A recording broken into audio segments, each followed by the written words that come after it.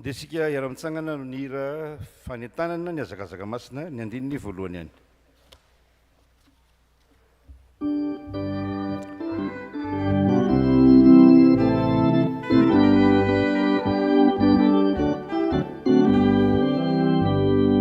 Jesu Kristi no mpamonjy tompo sy Andriamanitra, ianao no vesantsara raha tsy miova ny rakeza andeha ary isika iaraka manoratra ny hazakazaka foto sy filazantsara Madagasikara. Ry havana malala rehetra amin'ny tompo, ity no alady voalohany amin'ny taona. Miarabantsika tratr'izany alady voalohany amin'ny taona izany, ary ity no taom-baovao zany ro an'ny fampivavahana isan-kalady fanaon'ny fiangonana. Ho an'izay malala an'Andriamanitra sady voantso no masina ho aminareo rehetra anie, fahasoavana sy ny fiadanana avy amin'Andriamanitra raintsika sy Jesosy Kristy tompo sady mpamonjy antsika. Andeha isika hiteran'ny tompo amin'ny alalan'ny salamo izay efa misoratra eo amin'ny écran radio amin'ny fafana, andininy fahadimy ka hatramin'ny andininy fahavalo. Vakitsika sy tonontsika ho fideranan'Andriamanitra zany manao hoe: miantombena amin'Andriamanitra tokoa ianao ry fanahiko, fa izy no antenaiko. Izy tokoa ny vatolampy sy famonjena dia fiarovanao ahy ka tsy mangozogozo aho. Andriamanitra no ekina ny famonjena azy voninahitro. Ny vatolampiko mafy sy ny ariko dia ao amin'Andriamanitro. Matoky azy mandrakariva ianareo ry olona, loary eo anatrehany ny fonareo. Andriamanitra no aro antsika. Amen.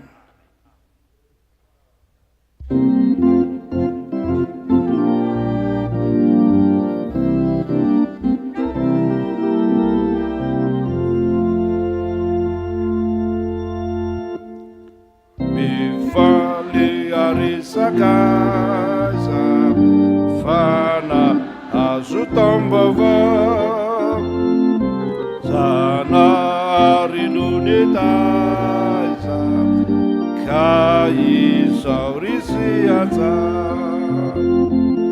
mirasy miobeya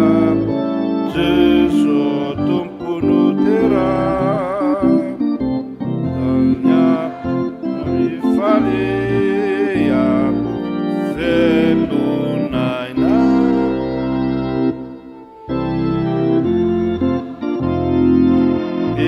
Valia resakaza fana azo tambova sanary no netaiza kai sauri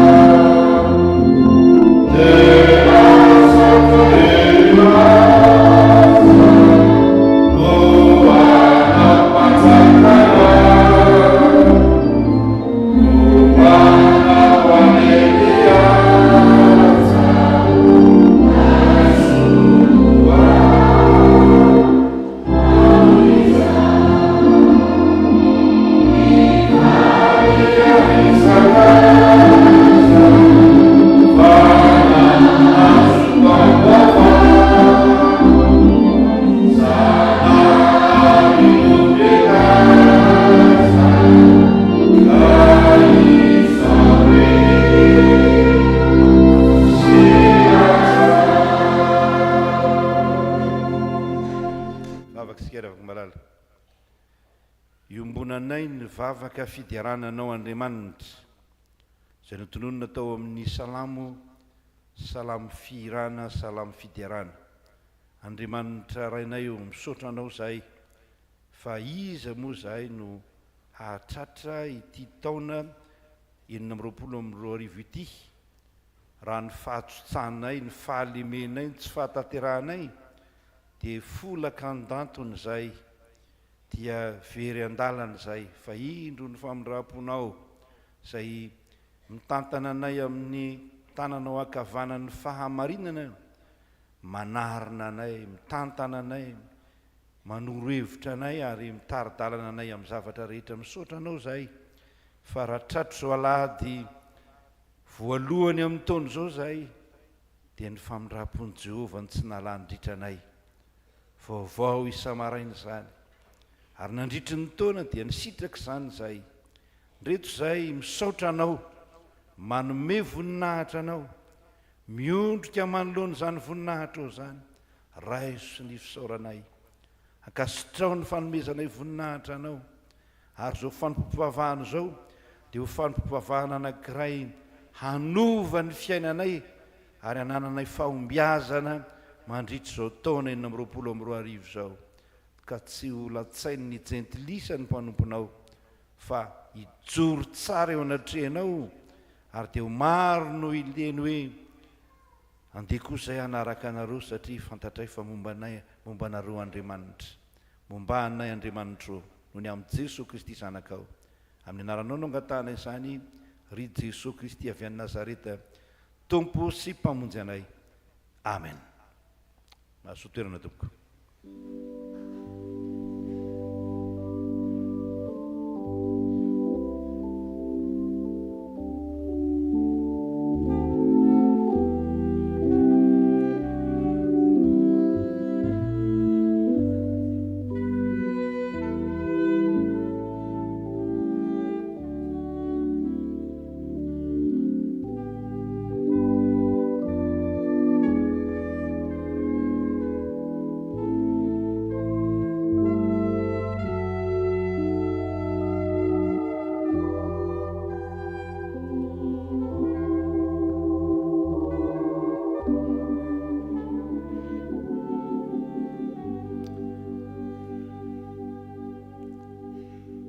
Androso eo amin'ny fianonana ny ten'Andriamanitsika na ny ovakiny zany na ny hotoriana.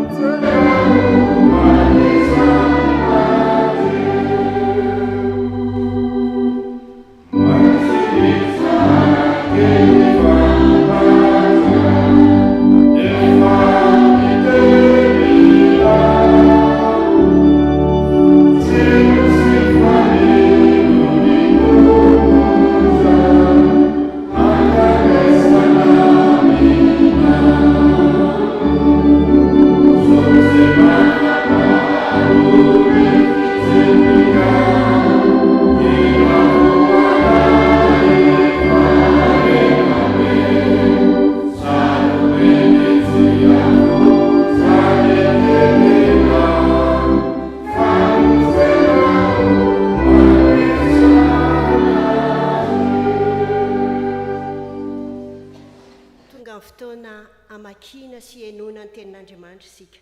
Elo izany dia ndeha hivavaka isika. Andriamanitro, Andriamanitray ianao, endre zany fifalianay fa mbola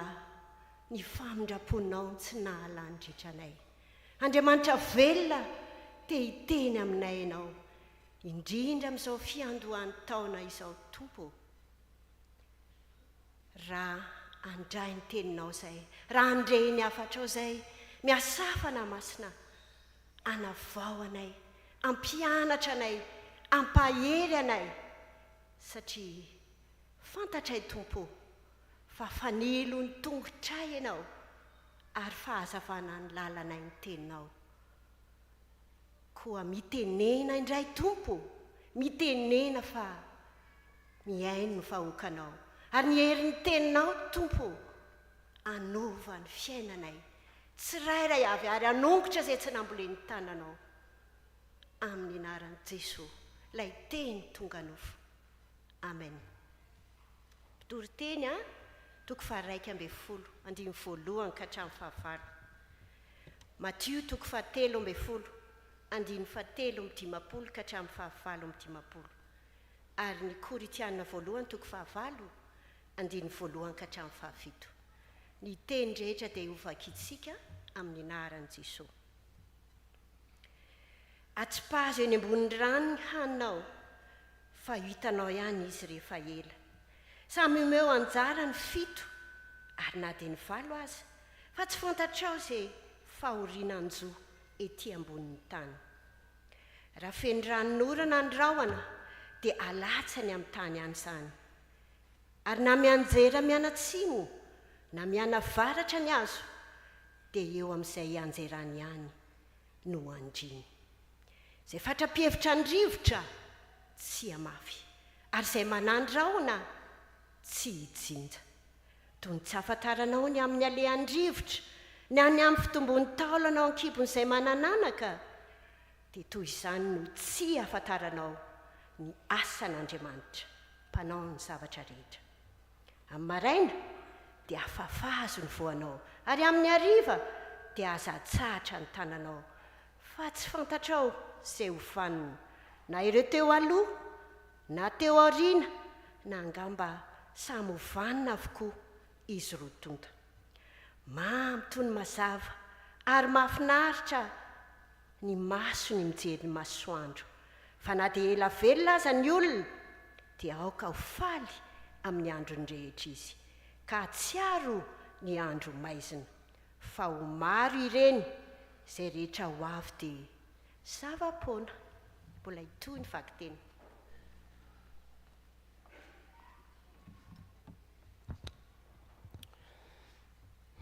Ary rehefa vitan'i Jesosy rehefa fanoaran'ireo dia niala teo izy. Ary noho ny tonga tany amin'ny taniny izy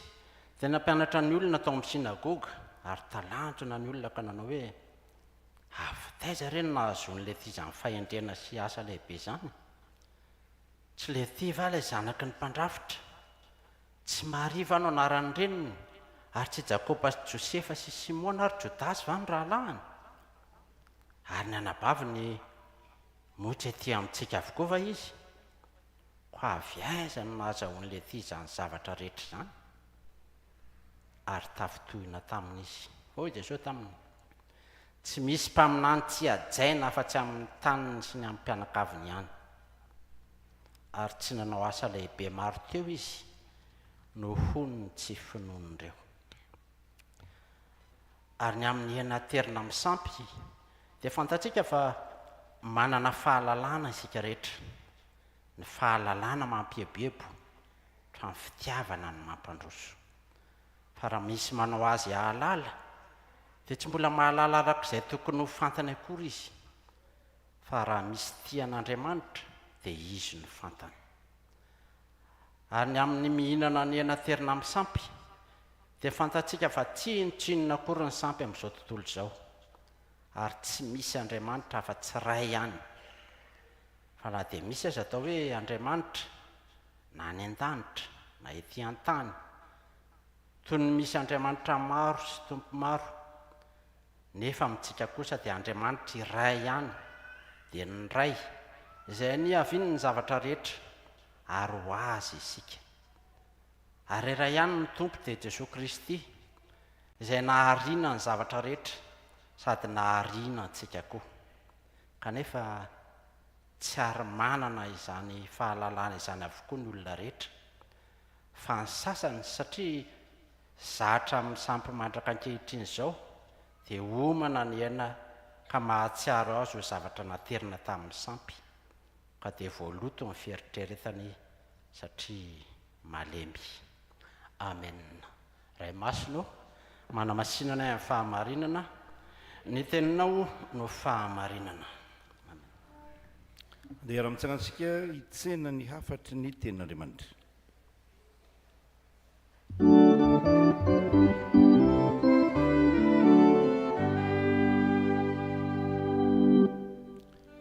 Jesosy o pappianatra teneno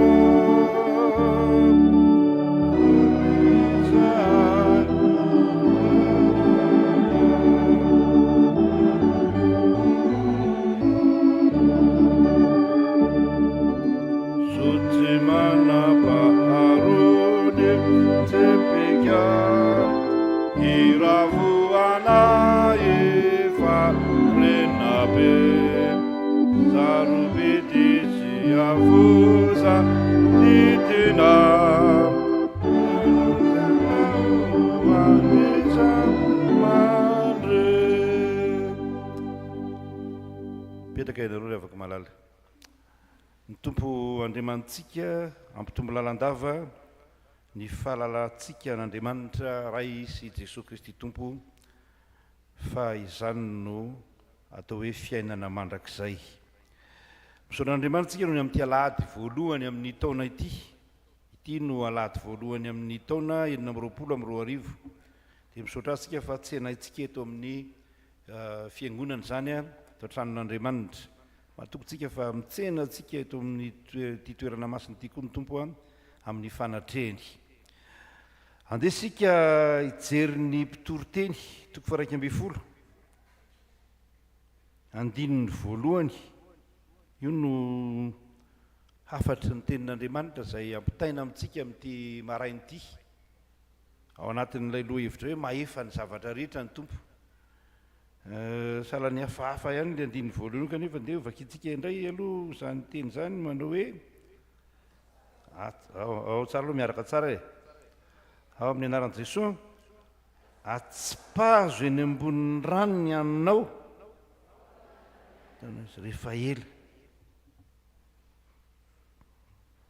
Teny hafahafa, tsy dia fandre loatra ety amin'ny fiangonana io teny io. Ka mantsy tsy dia mbola nandre olona nitory an'io a. So efa nandre nareo, tsaka ny an-tana izay efa nandre olona nitoroteny nainao an'io toroteny io? Tsy misy. Io teny hafahafa. Zao ny andron'ny rano zany dia rano be zao eraky ny tanàna, dia alovo ny mofonao dia atsipazo any anaty rano. Dia maninona le mofo rehefa atsipy anaty rano? Levinany. Levinany. Zay io. Fa misy heviny io. Ity bokin'ny mpitoroteny ity moa dia antsoina koa hoe bokin'ny fahendrena. Boky izay mirakitra fahendrena ary mila manakatra ny heviny. Mba azahoantsika ny hevitra io teny io dia omentsika loha hevitra tsotra, dia tsotra io manao hoe ny antoky ny fahombiazana. Inona no antoky ny fahombiazana? Vaovao mantsy ny taona, inona moa no entin'izany taona izany ho antsika? Be dia be ny olona miteny hoe tondra soa antsika ny taona 2022. Taona moa zany tsy hitondra ny ninona ho antsika iny, tsy mitondra ny ninona ho an'ny olona ny taona. Misy zavatra maro ao anatin'ny taona tsy voafehintsika. Hitantsika zao ny ranon'orana io tsy hitantsika izay fehezana azy fa dia miraraka eo izy. Misy rahona ambony eo dia miraraka ny orana. Hitantsika eto amin'ity mpitoroteny ity zany e. Na ny hoe fikodihan'ireny hazo samy hafa ireny aza dia tsy hitantsika izay anaovana azy. Dia be dia be ny zavatra tsy voafehintsika ary tsy fantatsika. Na dia eo aza ny fahaizana mampahalalany olombelona amin'izao fotoana izao dia betsaka ihany antsika rehetra dia sahirana avokoa anatin'izany rehetra izany. Indrindra moa fa ny asan'Andriamanitra, ny fomba n'andriamanitra ny toetra n'andriamanitra zay tsy voatery ho takatsika tsy voatery ho takatsika zany hevitr'andriamanitra zany fa araka ny teniny hoe ny lalana reo tsy mba lalako ary ny fihevitro tsy fihevitrareo tsy fantatsika hoe inona ny tian'andriamanitra atao amintsika indray amin'ity taonyity atrany hoe ny vavahany tsy fantatsika hoe inona ny tian'andriamanitra atao amintsika zany ny vavahana ny fantatsika ireo dia hoe tia nisoatsika andriamanitra ny azahoana antoko zany fa misy vokatra tsara ary atoro ny tenin'andriamanitra atsika zany azahoana vokatra tsara dia voalohany dikan'le hoe atsipazo dia hoe miasa aza be fanahina tsipazo eny ambonin'ny rano ny aninao miasa aza be fanahina tsipazo dika hoe alefaso moa zany na omeo ny ranto moa zany dia zavatra tsy azo antoka loatra tsy azo antoka loatra ny rano misy fitenitsika malagasy hafahafa zay manao hoe lasa rano iny ina le teny hoe lasa rano dika ny teny hoe lasa rano dia hoe tsy teny viteny tsisy fameriny tsony iny lasa rano ny hoe atsipazo zany dia hoe miasa manomeza aza be fanahina tsy miseho hoe be fahalalana zany tsika aza matahotra fa omeo zay tsara ny aminao omeo zay tsara ny aminao ny haninao zany ny haninao izy izy atsipazo eny ambonin'ny rano mofonao rehefa miresaka hoe mofo ny teny hebreo dia miresaka hoe sakafo rehetra amin'ny ankapobeny lazainy hoe mofo io fa miresaka hoe mofo ny hebreo dia ny sakafo no an-tsainy sakafo no an-tsainy ary izay le amin'ny fanasan'ny tompotsika rehefa miresaka hoe mofo dia sakafo no an-tsaina fa tsy takany antsika dia tsika fa nampy-tsakafo mofo fa ny hebreo rehefa miresaka hoe sakafo mofo dia sakafo no an-tsainy ny sakafo amin'ny ankapobeny zany no ao-tsainy rehefa tsy manana mofo akory ny olona dia tsy manana akaniko hoanina zany ny olona dia zany rehetra zany no omeo ny aninao zany hoe raha lazaina miteny hafa indray zany dia hoe manaova investissement zany dikan'io manaova investissement ampiasao zay anananao atsipazo zay anananao ary inony zany ny haninao omeo zay tsy afaka mamaly akory manao asa sokoa zany io asa sokoa le hoe miasa io zany omeo zay tsy afaka mamaly akory ny rano tsy mamaly anao akory omeo zay tsy afaka mamaly akory hitatsika ny misoratra masina moa zany hoe raha zay miarabanareo ihany no arabainareo dia inona moa nataonareo mihoatra noho ny sasany ny baiboly ny soratra masina mila manao asa soa zany mila miasa zany ary zay ny tenyny mpitoroteny moa zany hoe zay fatra-pihevitra ny rivotra ozy izy dia tsy maninona tsy hamafy ary zay manany raona dia tsy jinja androany zao tsika efa mijery ary aviny io za tsy hivavaka satria zay le olona zay misy rivotra misy rahona kely neny sasany any mbo misy rahona kely za tsy andeha fa so avy any orana io aza manahy am'titonyity zany tsika raha te aombytsika dia miasa aza manahy ny dikany teny hoe atsipazo any ko dia hoe atsipy am'kery misy hery zany ampiasaina ao anatin'io miasa mafy ny dikan'izany fa aza be fanahina aza be asa marika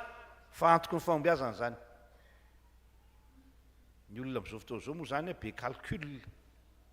miasa dia manao zavatra dia sendra mba tsy mahazo an'izao amin'ity sao mba zao zany daholo ary nahatra tia miasa am-piangonana aza misy foany saude io saude manao zavatra dia hoe sao de tsy vita io sao de zao io ary aiza ny finoana zay ananatsika zany moa zany ny zava-dehibe ao anatin'le izy miasa mafy hoy ny soratra masina moa zany miresaka nyty hoe atsipazo ny aninao antoko ny fahombiazana zany satria tsy maintsy misy vokany zay le hoe atsipazo eny ambonin'ny rano ny haninao fa ho hitanao ihany izy tsy maintsy misy vokany zany tsy maintsy misy vokany zany fa Andriamanitra tsy mba tsy marina ka hanadino ny asantsika raha nanompo ny olona masintsika ary mbola nanompo ihany ny oabolana faefatra amby folo moa zany amin'ny fatelo amby roapolo dia miteny hoe ny fisasarana rehetra ozy izy dia misy valiny avokoa fa nymolotra mibedibedy foana tsy mba azahoana ninoninona taona tsy hanaovana resa be fa taona hiasana fa zany no antoko ny fahombiazana sa ahoana so maloha miresaka ihany aloha resaka zao misy olona vao mahafankahita dia miresaka tsy mety tapaka mihitsy fa dia ao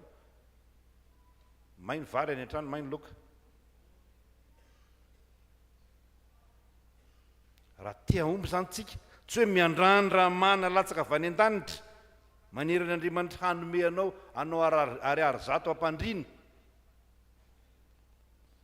fa miasa ary tsy manana ahy amin'izany asa zany miasa mafy fa i Jesosy miasa Andriamanitra rainy miasa isika koa miasa zay mila miasa zany amin'ity taona ity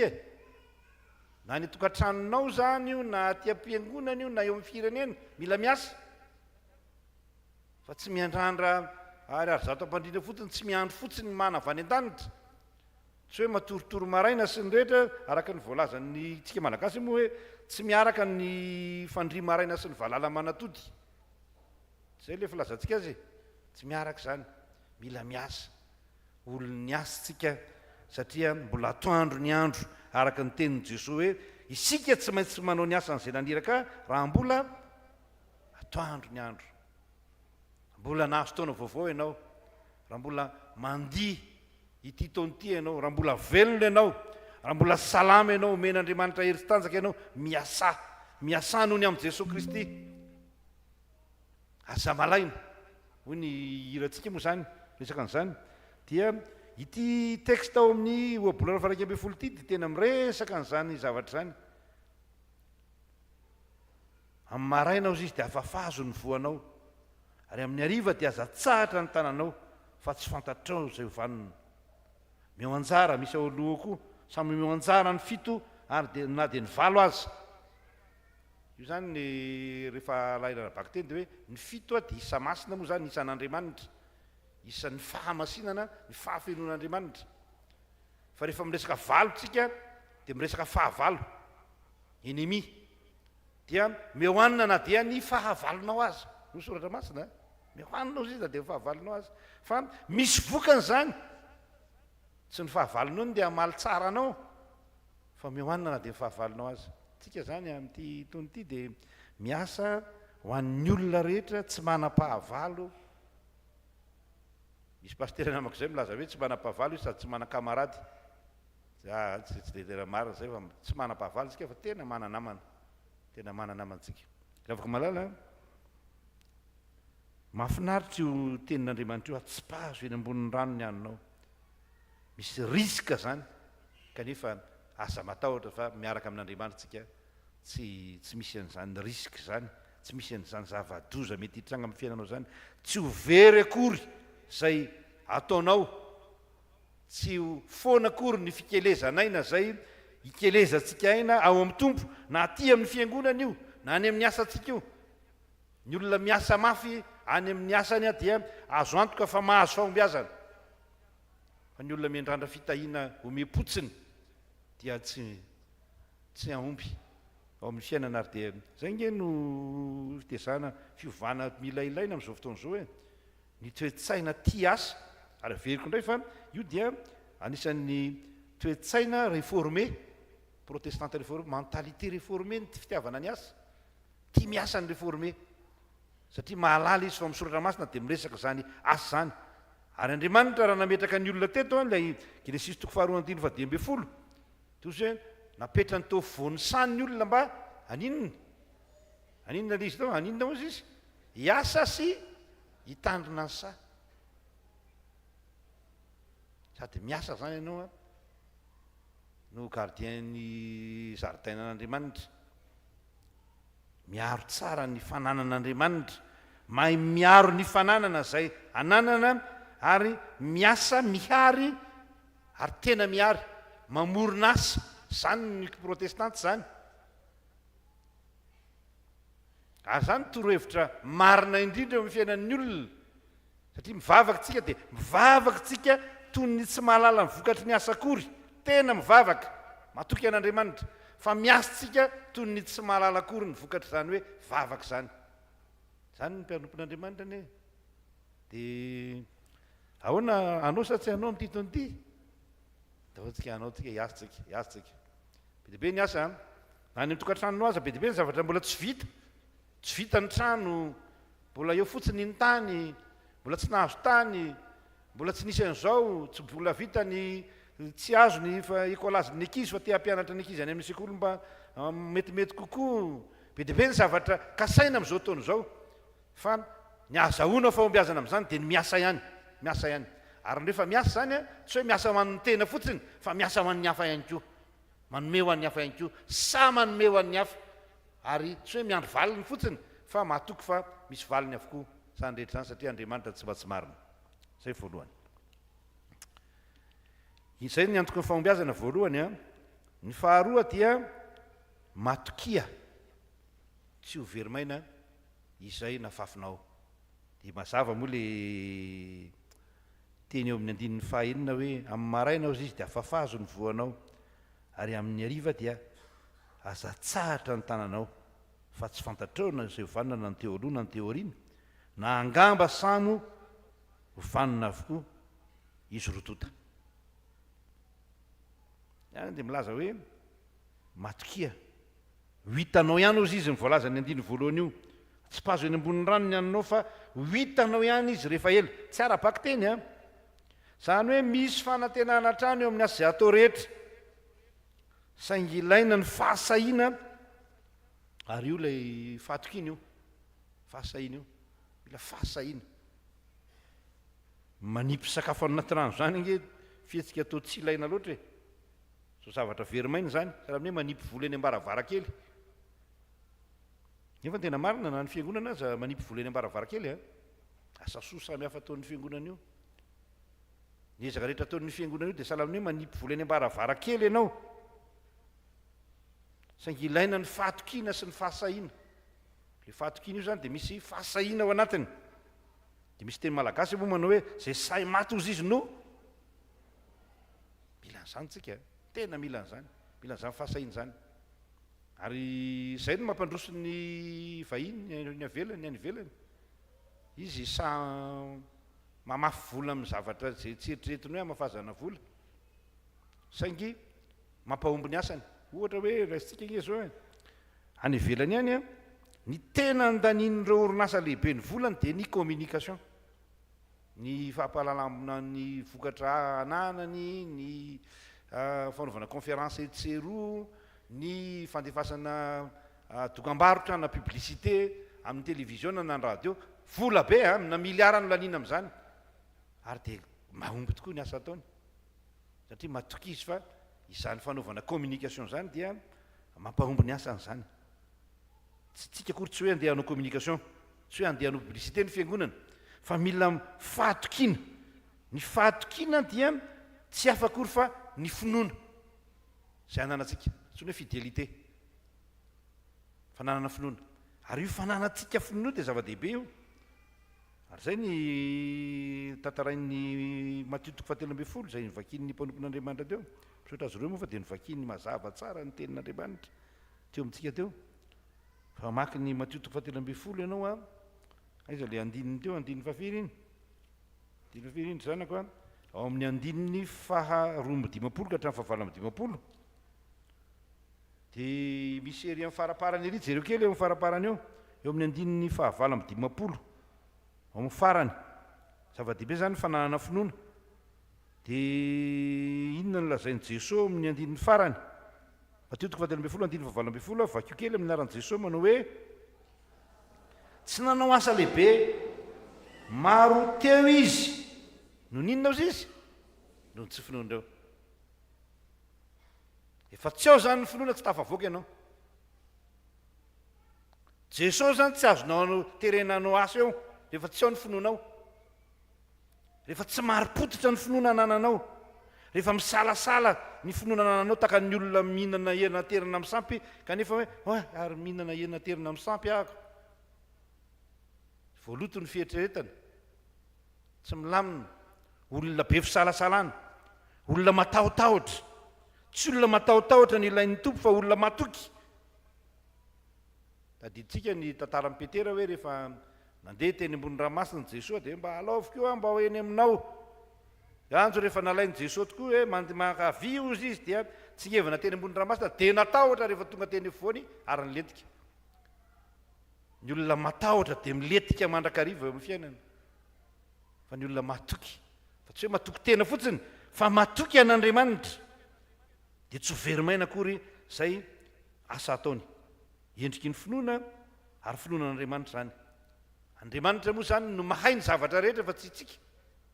Zany tsy tsika no mahay zavatra rehetra. Ka dia mila matoky an'Andriamanitra tsika. Mila matoky azy tsika. Tsy pahazo eny ambonin'ny rano ny anao fahitanao ihany izy. Raha zany teny zany fotsiny tsy misy Andriamanitra dia matahotra ianao. Fa ao Andriamanitra izay maefa zavatra rehetra. Ary zava-dehibe ny fananantsika ny fatokiana an'Andriamanitra io ny finoana izay ananantsika. Misy ny teny hoe mino fotsiny ihany ozy izy, asa matahotra. Mino fotsiny ihany asa matahotra. Ilay moa sombantsika amin'ny resaka slogan politika ireny teny ireny. Fa mino fotsiny ihany asa matahotra. Mila manam-pinoana. Ary finoana ananantsika io dia mahafindra, inona izay tiako lazaina izay? Mahafindra tendrombohitra io. Inona ny dikany teny hoe mahafindra tendrombohitra? Ho afindranao tokoa ve ny tendrombohitra? Tsy ilaintsika mamindra tendrombohitra. Fa manova zavatra io. Mampiova toe-javatra io.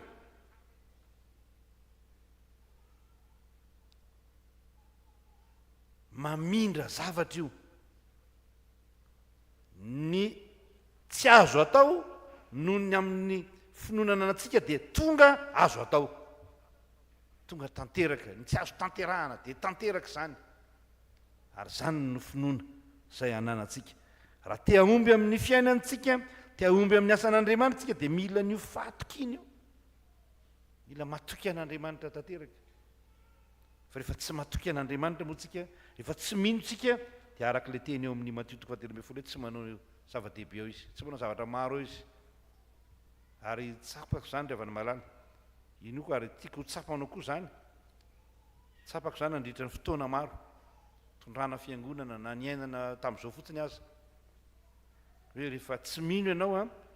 dia tsy misy ninona azonao antenaina. Rehefa ao io finoana io ary io no nanontanian'i Jesosy tao amin'ny Jaona 1:20 rehefa nalahelo mafy ry Maria sy Marta fa maty ny anadahany. Dia hitsangana ny anadahanao izy. Dia hoy ny ankamaroan'i Jesosy moa zany mino fitsanganana amin'ny maty. Hoe hifitsangana ihany izy amin'ny andro farany fantatro izany. Hitsangana. Mino izany va ianao. Dia izay vao taitra izy rahavavy ihany hoe mino izay, mino aho. Dia mila manam-pinoantsika. Finoanane no anovana ny fiainane. Ny finoanan'i Jesosy Kristy no manova ny fiainan'ny olona. Manova ny toe-tsaina, ny toe-panahy. Io diso mihitsy io resaka fafetsero io amin'izao fotoana izao. Io finoana kristianina io fivavahana io no mampiletika ny firenena. Ianao no te hiletika any, Jesosy no omenao tsiny. Ianao no naniry hiletika satria ny tsara velatsia ianao sady manompo an'Andriamanitra, veriko indray izany. Sady manompo an'Andriamanitra ianao no manompo dadarabe ary. Inona ny atenainao amin'izany? Tsy atenainao amin'izany. Sady manompo an'Andriamanitra ianao, milaza fa matoky an'Andriamanitra ianao kanefa mbola mitady ody gasy samy hafa ary mba ho fiarovan-tena. Tsy misy fitahiana ao anatin'izany. Fa izay nanaraka an'i Jesosy, izay tena nino azy tokoa, dia niova ny fiainany. Tena niova ny fiainany, ary tena niova. Tsy hoe ny fiainana ara-panahy ihany, fa ny fiainana ara-nofo koa. Tsy misy ange tena olona manompo an'Andriamanitra zany tena matoky an'Andriamanitra zany ka hoe tsy nakanina zany, tsy misy an'izany. Tsy nahita an'izany tompoko tamin'ny androm-piainako. Dia joroko vavolombelona zany tamin'ity asa nampitandrina aty nisy fotoana maro tsy afaka mandray fivelomana ianao, sahirana ny fiangonana. na tsy nomen'ny olona sasany moa tsy misy olana zany tsy mbola nisy fotoana tsy nihinan-kanina tsy misy ny olona zanaky ny marina ozy ny soratra masina ka hoe ny moron-dalana angataka hanina tsy misy an'izany inona moa ny valiny vavaka ataontsika isan'andro hoe meo anay an'io ny anina dia omeny sa tsy omeny zany omeny zany raha mino ianao fa za manantena ninina raha tsy eo amin'ny finoana zany nge ny antoko ny fahombiazany raha manam-pinoana raha manam-pinoana ianao dia hitanao ny voninahitran'Andriamanitra raha mino ianao hitantsika io voninahitran'Andriamanitra io ary zavatra goavana be nataon'Andriamanitra eo amin'ny fiainantsika zany ho tenenako antsika eto amin'ny fiangonana hoe na ireny manao trano sy manao zavatra samy hafa eto amin'ny fiangonana ireny manana finoana matokia tsy hoe matokia ny pastera tsy hoe matokia ny profeta matokia nay dekona sy matokia tsia matokia n'Andriamanitra matokia n'ilay mahay ny zavatra rehetra zany no antoko ny fahombiazana zay ny faharoa ary ny fahatelo dia atao vakitsika eny amin'ny écran antoko ny fahombiazana ny mahareta fa ho avy ny vokatra ny fananana faharetana zany misy ao vakitsika eny mandrendrely andininy voalohany amin'ny mpitoroteny tofarika ambin'ny folo manao hoe atsipazo eny ambonin'ny rano ny aninao fa ho hitanao ihany izy rehefa ela ile rehefa ela io tsy tiatsika gasy mihitsy io tsy tiatsika malagasy mihitsy io ela io ela loatra lazaiko ianareo na eo amin'ny tantaran'ny ireo firenena vahiny manan-karena amin'izao fotoana izao aza tsy hoe avy hatrany ke dia nanan-karena ireo firenen'ireo aloha zava amintsika zany tsy hoe avy dia nanan-karena dia avy dia lamina be ny fiainana dia sreo ny ady mafy ireo olona ireo ary amanjato taona ny fanovana zato taona ny fanovana zavatra ngeda be zany taorianany ady lehibe faharoa aza moa dia nisy karazana rafitra napetraka drafitra napetraka mba ary mafy misy fiafiana tsy maintsy natao zany moa resaka ekônomia resaka toekarena sy ny rehetra fa itsika maha-kristianina atsika dia zava-dehibe ny maharitra mahareta amin'inona ozy izy ny soratra masina amin'ny fivavahana fa mila maharitra koa amin'ny asa atao fa ho avy ny vokatra ilaina ny fananana faharetana io le tsy mahandro io na maimaika io ny hevitry ny teny hoe maimaika moa amin'ny soratra masina dia hoe tanora fanahy ny teny hébreu dia miteny hoe tanora fanahy dia hoe maimaika ny dikany tsy ny taona zany mahatanora fanahy ny olona fa ny olona tsy mahandro zavatra rovina io no vita manao tranotsika sao dia rovina koa tia no vita na ny andro amin'izany rovina io nisy vokatra zay le olona tsy manana faharetana fa mila manana faharetantsika mila fahamatorana zany natao hoe manana faharetana nge matotra tsara olo lehibe lehilahy lehibe vehivavy lehibe amin'ny finoana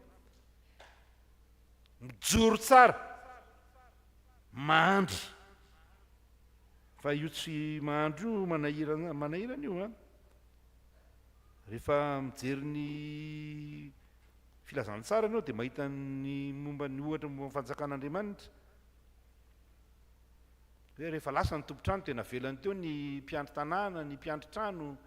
ny lehibe ny mpiandry trano napetrany teo daholy ireo mbola nilaza hoe sy mbola hoela ny tompoko ka dia nikapoka ny namana izy dia nisotro toka ireo sy ny rehetra dia hoe zay farany ihany farany fa sy mbola roviny zany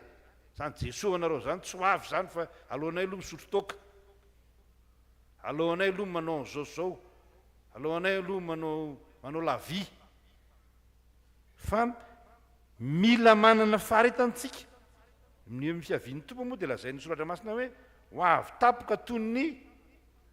mpangalatra izy ozy izy eny mpangalatra io zao ny mba mivoatra any fa milisy milaza ny hoe ho avy zahay aka ny anjaranay zay aloha tena marina za zao efa miova koa ke ty raha ty taloha zany de tare ratsy azovana fa ny fomba toetra ratsy azovana tare ratsy koa zao efa azovana misy ny atao hoe chirurgie plastique zao de manova ny tareny olona fa zava-dehibe ny ananantsika faharetana. Ary ahoana ny faharetana? Tehirizo ny tenanao amin'ny fitiavana an'Andriamanitra. Tehirizo tsara ny tenantsika amin'ny fitiavana an'Andriamanitra. Tiava Andriamanitra dia tehirizo tsara. Miasa amin'ny faharetana. Ao any amin'ny Jakoba any dia miresaka ny amin'ny fiandrasana amin'ny vokatra izy. Ny mpiasa tany izay miasa fatratra, io no miandry ny vokatra, afaka miandry ny vokatra.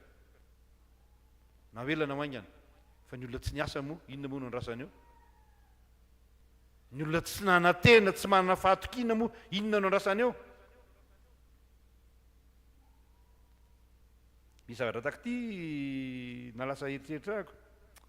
Tamin'ny mbola mpianatra moa zany dia namboly izay teo tokotanin'ny sekoly. Mpianatra mpitandrina moa zany, mana tany be ny toeram-panomanana, dia namboly. Dia ozy izy ilay mpianatra anankiray, ary ahoana ny nareo rangahy ty sahala maniry be ty haricot vert ty, haricot vert misy an'ilay kilométrique ireny zany. Ny anay ozy izy izay mamboly fa tsy mety maniry mihitsy. Dia ozy izy ilay ramatoa vadin'ilay pastera moa zany, ka ianao raha vao mamboly dia efa mieritreritra hoe tsy hamokatra io. Tsy izay ilay olana e. Vao manao zavatra vao manomboka dia hoe tsy mamokatra, roviny io vao vita, roviny io vao hamokatra. Tsy mahandry an'izany tsika. Fa aloha haingakaingana. Ilaina ny faharetana. Ary amin'izao fotoan'izao zany dia tsy hoe ny faharetana fotsiny fa mifono ao anatin'io faharetana io no antsoina hoe fiaretana. Antsoina amin'izao fotoan'izao hoe résilience. Ngita be io a. Dia ny fananana an'io fahafahana miaritra io a dia anankiray mampisonitra ny olona, mampanankarena, mahatafita na amin'ny fianarana na amin'ny inona. Efa tsy ao ilay resaka résilience io dia tsy mandeha ny zavatra. Zany moa zany fomba hitondrany tandrefana ny fampianarana sy ny fitaizana ny olona. Fa raha ny soratra masina dia milaza amintsika ny amin'ny faharetantsika mivavaka, faharetantsika miandry ny vokatra, aza manano ny rivotra na manano ny rahona, fa miasintsika, matokontsika, maharitsika ary tonga ny vokatra amin'ny farany. Zany angy hoe misy olona ange miasa fatratra mandritry ny taona fa tsy mahita ninina, fa rehefa tonga tokoa ny fotoana anankiray dia gaga izy. Gaga izy hoe hay tena nisy vokatra tokoa ny asa. Tsy misy asa mafy ataon'ny olona ka tsy misy vokan'izany. Ny ganagana ihany no mitety asa fa tsy mahazo anina. Fa ny olona rehefa miasa dia mahazo. Ny olona rehefa matoky dia mahazo. Ny olona rehefa miaritra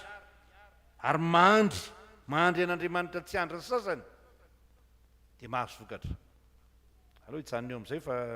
mbola ho lafo ty taona ity a. Inona zany ny antoko ny fahombiazana ozy tsika teo? Miasa. Mahona? Faharoa, matoky. Ary fahatelo, maharitra. Ho an'Andriamanitra voninahitra iaino zany mandritra nyity taona ity dia ho hitantsika ny fahombiazana. Amen.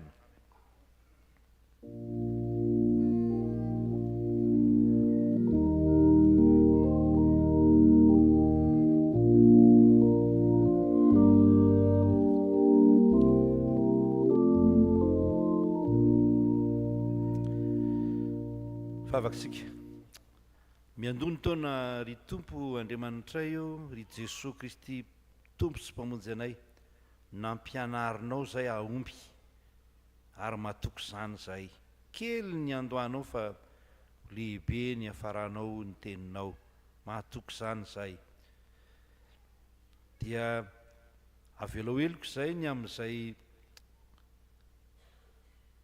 tsy finoanay na ny fahakelezan'ny finoanay. Velo heliko izay ny amin'ny ahiahinay, ny tebotebonay, ny amin'ny tranga amin'ity taona ity. Avelo heliko izay noho ny izay miravoravo tanana. Tsy vahoaka an'Andriamanitra miravoravo tanana fa miasa, matoky maharitra no ilainao mamindrafo aminay Jesosy. Mamelany elokay, omeo herim-pinoana izay hitsangana hiasa, atoky an'Andriamanitra amin'ny finoana mafiorina ary anapaharetana ny amin'izany ary andray ny vokatry ny asan'ny tananay fanambinonao zany. Amin'ny anaran'i Jesosy no angatanay zany famelan-keloka zany. Amen.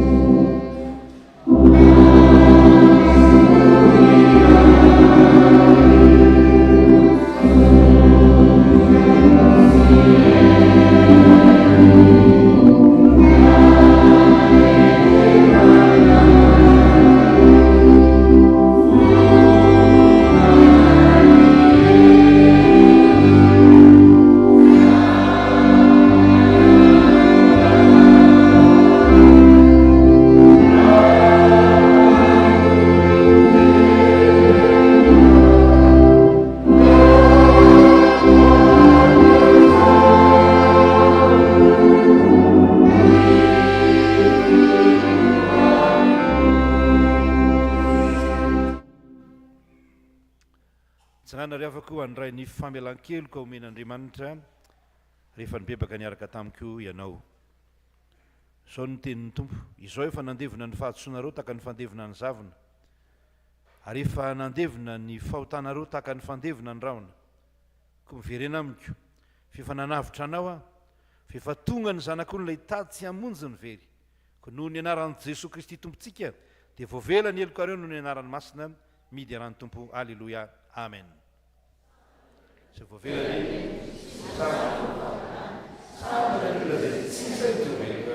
Amen.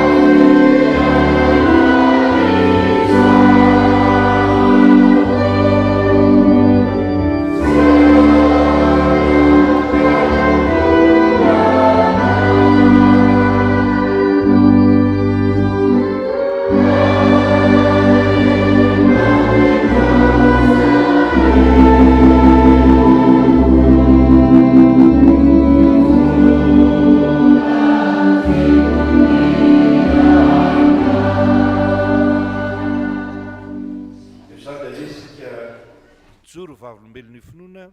anonona ny fanekempinoana apôstôlika manao hoe mino an'andriamanitra raitsy to mpanao lanitra sy ny tany aho ary mino saranaitsika izay nitondorona tamin'ny fanahy masina eriny marivitsy zara napaka pôlitolato mbola tamin'ny fisanina marika nare natanyfiainatsika sanatamaty tamin'ny fahatelo miakao any lanitra tsara mivelona sy maka nyfanamasina namasina manera zokolo zao ona nila masina famerake gana tena maty ary fiainana makazay ary azotero fianjava-manino no manelanelana ny mandaram-potoana manaraka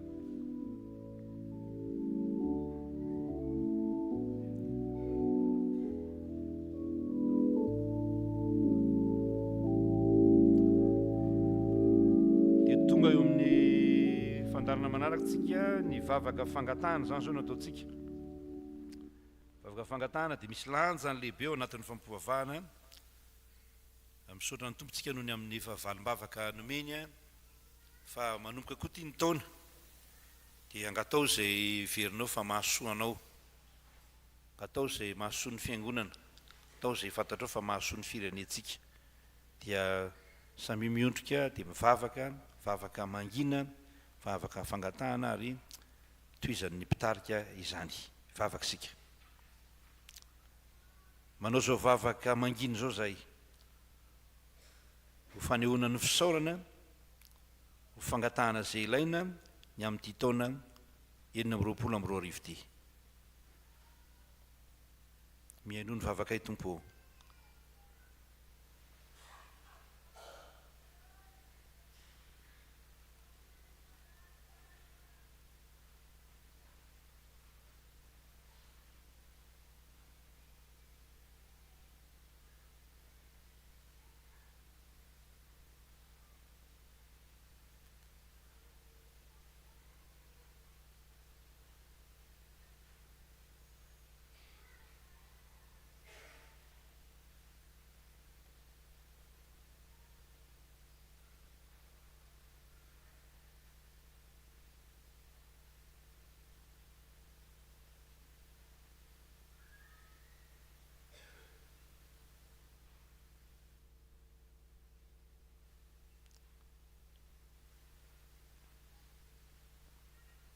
rehetreny tompo dia angatahnay amin'ny finoana mba ho tanteraka tokoa eo amin'ny fiainanay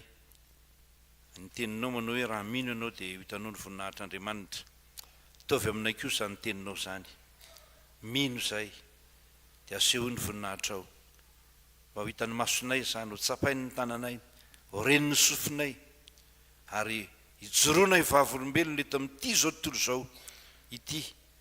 fa tsy fandrebirebena olona akory na fanamboarana ny saina na nyeritreritra ny fivavahana amin'i Jesosy Kristy amin'Andriamanitra ray amin'ny fanahy masina fa tena misy vokatra tsara tokoa eo amin'ny fiainanay raha mino zay raha tsy manafangaroharo fivavahana zay raha tsy misalasala zay raha tsy miambaambo zay dia matoky fa misy zava-dehibe ataon'Andriamanitra eo amin'ny fiainanay takizany koa eto amin'ny fiainan'ny fiangonana manaova zava-dehibe sy mahagaga eo amin'ny fiainan'ny fiangonana tsy mbola hitany masonay zany kanefa inonay dia manaova zava-dehibe sy mahagaga eo amin'ny fiainan'ny firenena izy fiovana tokoa ty firenena ity ka ho firenena anjakan'ny fahamarinana anjakan'ny olo-marina fa tsy anjakan'ny mpanao risoriso ny mpanao varomaizina ny mpamitaka ny mpisoloky ny mpangalatra matoky zany zay Andriamanitra eo fa firenena anjakanao tokoa i Madagasikara anay zany no vavakay amin'izao voalohan'ny taona zao farananay mivavaka nampianaran'i Jesosy anay manao hoe rainay zay danitra masinina neny anaranao tonga neny fanjakanao taony sitraponao hiantany mitaka neny an-danitra eo anay nio zay ana sahaza ao anay mamelana koe tahaka ny namelanay zay leloka taminay aza mitondra anay amin'ny fakapana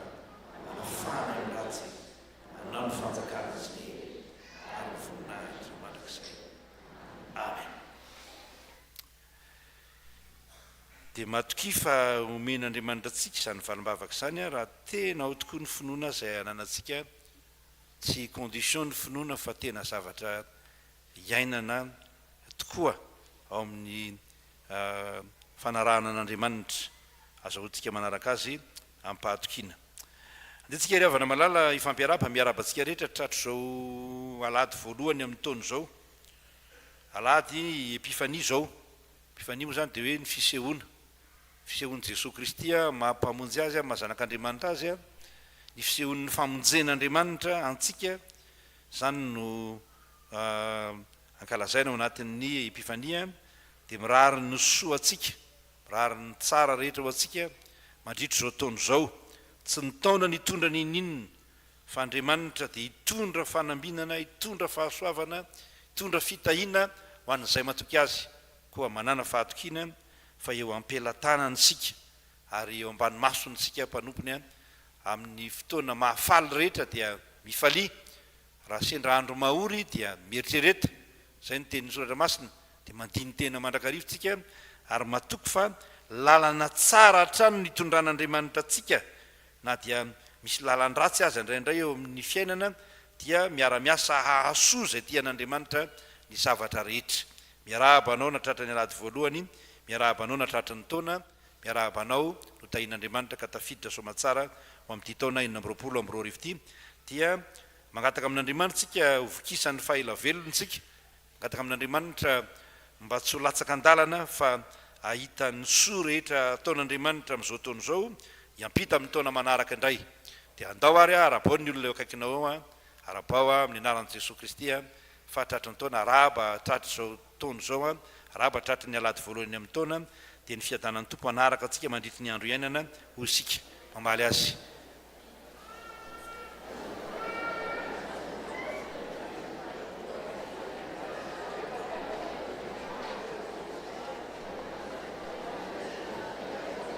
Fiadanan'ny tompo anaraka anao amin'ny andro iainana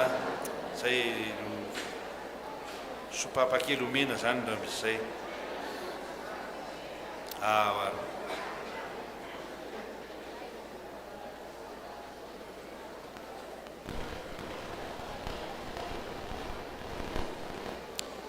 Dia misaoran'Andriamanitra tsika ry havana malala fa ampaloha zany fiarabiana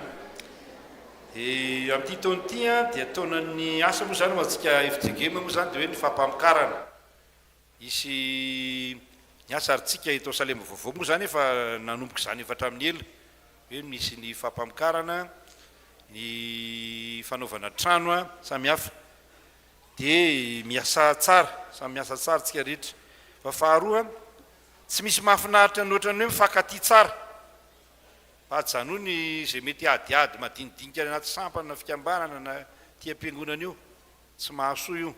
fa mifankatiava tsara ary zava-dehibe io.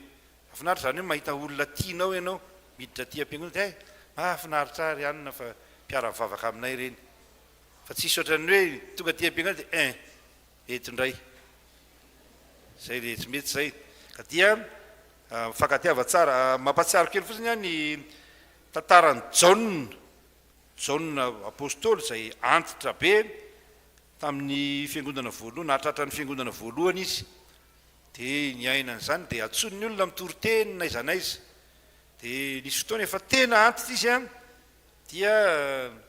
niakatra teny ambony pilipitra izy dia hoe rakizy mifankatiava fa zany ny didin'ny tompo izay ihany, tsisy ankoatr'izay. Dia zay ny tena fiainana ty amin'ny fiangonana mifankatiava. Ny amo zany dia zay ny any tsy hitako hoe inona ny adivana aman'olona, tsy manam-pahavalo tsy manan'olona hifaninanana fa zanaka daholo ny atao am-piangonana, havana daholo ny atao am-piangonana ary dia tany tsara zany toetra tsara ty amin'ny fiangonana zany, fa aza mampiseho toetra ratsy ty am-piangonana fa halan'Andriamanitra zany. Misaotra tompoko. Ndao ary tsika ry afaka malala androso hatrany ny asan'Andriamanitra zao ny raha-piangonana dia mandroso any amin'ny rakitra isika dia aorinan'ny rakitra sy mifanoloran-tena moa zany dia ny fiarabana ireo tompona andraikitra samihafa eto amin'ny fiangonana araka ny fanaontsika isan-taona ny zokiolona, ny braon'ny fiangonana, ny braon'ny komity sy ireo komity ny fanorenana, ny mpandiny-bola, ny mpitandrina dia vitsy zay dia miditra amin'ny fanasan'ny tompontsika ary mamarana ny fotoana. Ndao ary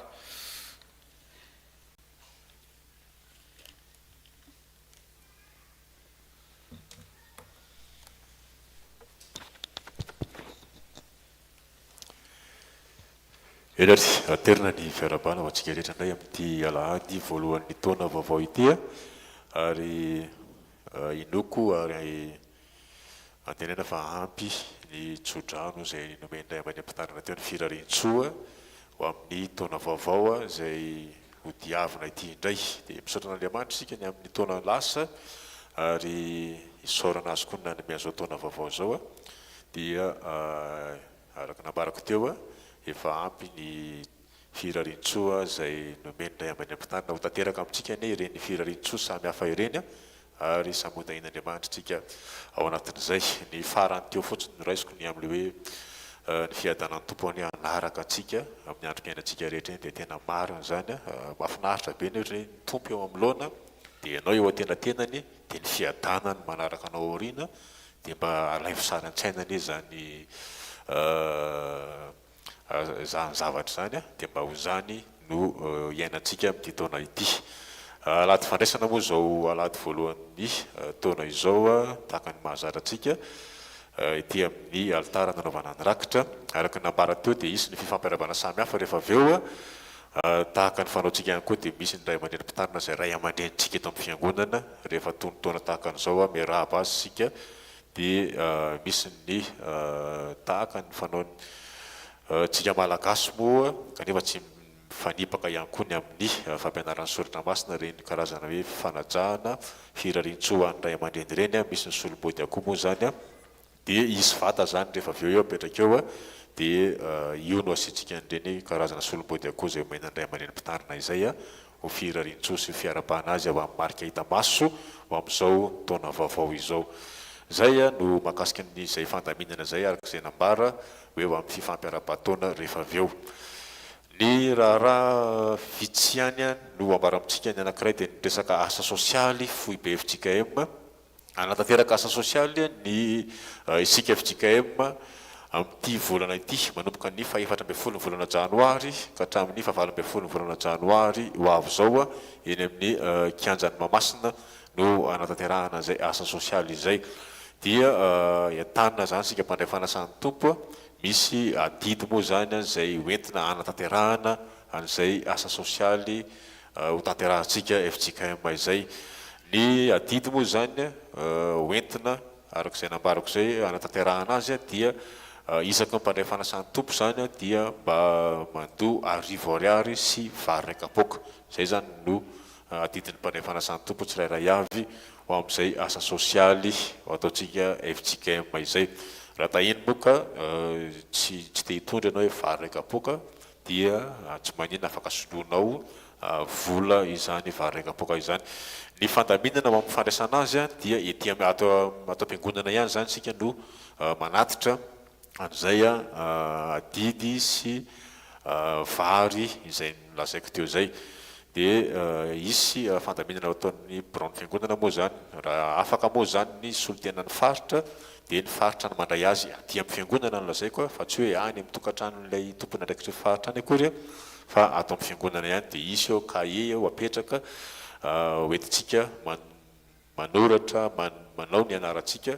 izay mandrotsaka an'izay adidy ho amin'ny asa sosialy ho an'ny FJKM izay. Zay zany no fandaminana ho amin'izay asa sosialy ho ataon'ny FJKM amin'ity volana janoary ity. Ny alahady faha-valo ambin'ny folo volana janoary moa dia isy ny fanompoam-pavahana lehibe izay efa fanao isaky ny alahady fahatelo ny amin'ny volana janoary ny amin'ny taona vaovao tahaka an'izao eny amin'ny kianja eny amin'ny collegium eny Nalamahitsy amin'io alahady faha-valo ambin'ny folo volana janoary io fanompoam-pavahana hitondranam-bavaka ny filohan'ny FJKM sy hitondranam-bavaka ihany koa ny tao-piasana enina amby roapolo amby roa arivo tsy misokatra zany ny fiangonana fa mikatona avokoa amin'io alahady fahatelo amin'ny faha-valo ambin'ny folo volana janoary io. Zay no fandaminana avy amin'ny fohy be FJKM moa zany. Ny eto amin'ny fiangonantsika kosa mampatsiahy mandrakariva ho anareo sampana sy fikambanana ny amin'ny tetikandro sy ny tetibola mba azahoana manao ny fandaminana amin'ity taona ity mba efa nisy ihany ny fandeferana moa zany raha ny tena marina dia tokony hoe tamin'ny taona lasa teo no tonga aty aminay avokoa izany kanefa dia mbola maro ianareo ny tsy nahatonga dia mba amin'ity volana ity zany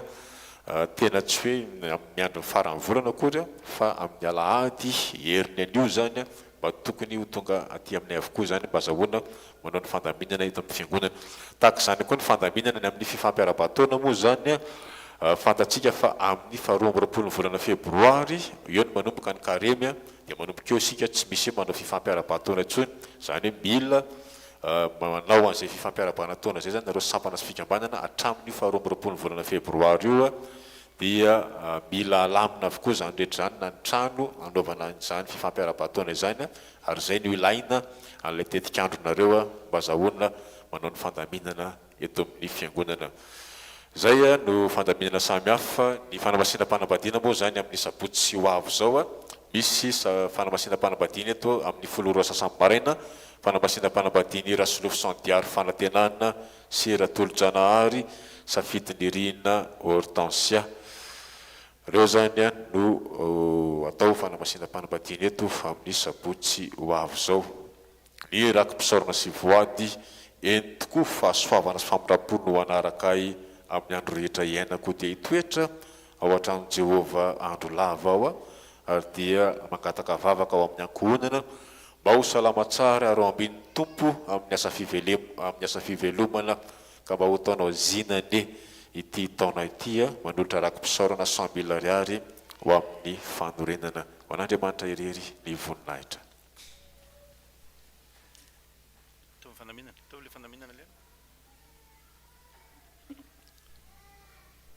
Dia aritsika ravina malala ndroso amin'ny fanonantena ho an'Andriamanitra ny rakitra zany dia tokopira no mira ao anatin'izany mba kingakinga isika voalohan'ny raha teo moa zany tono zao dia mba kingakinga manao an'izany fa mba azahoana mandamina tsara ny fotoana dahary.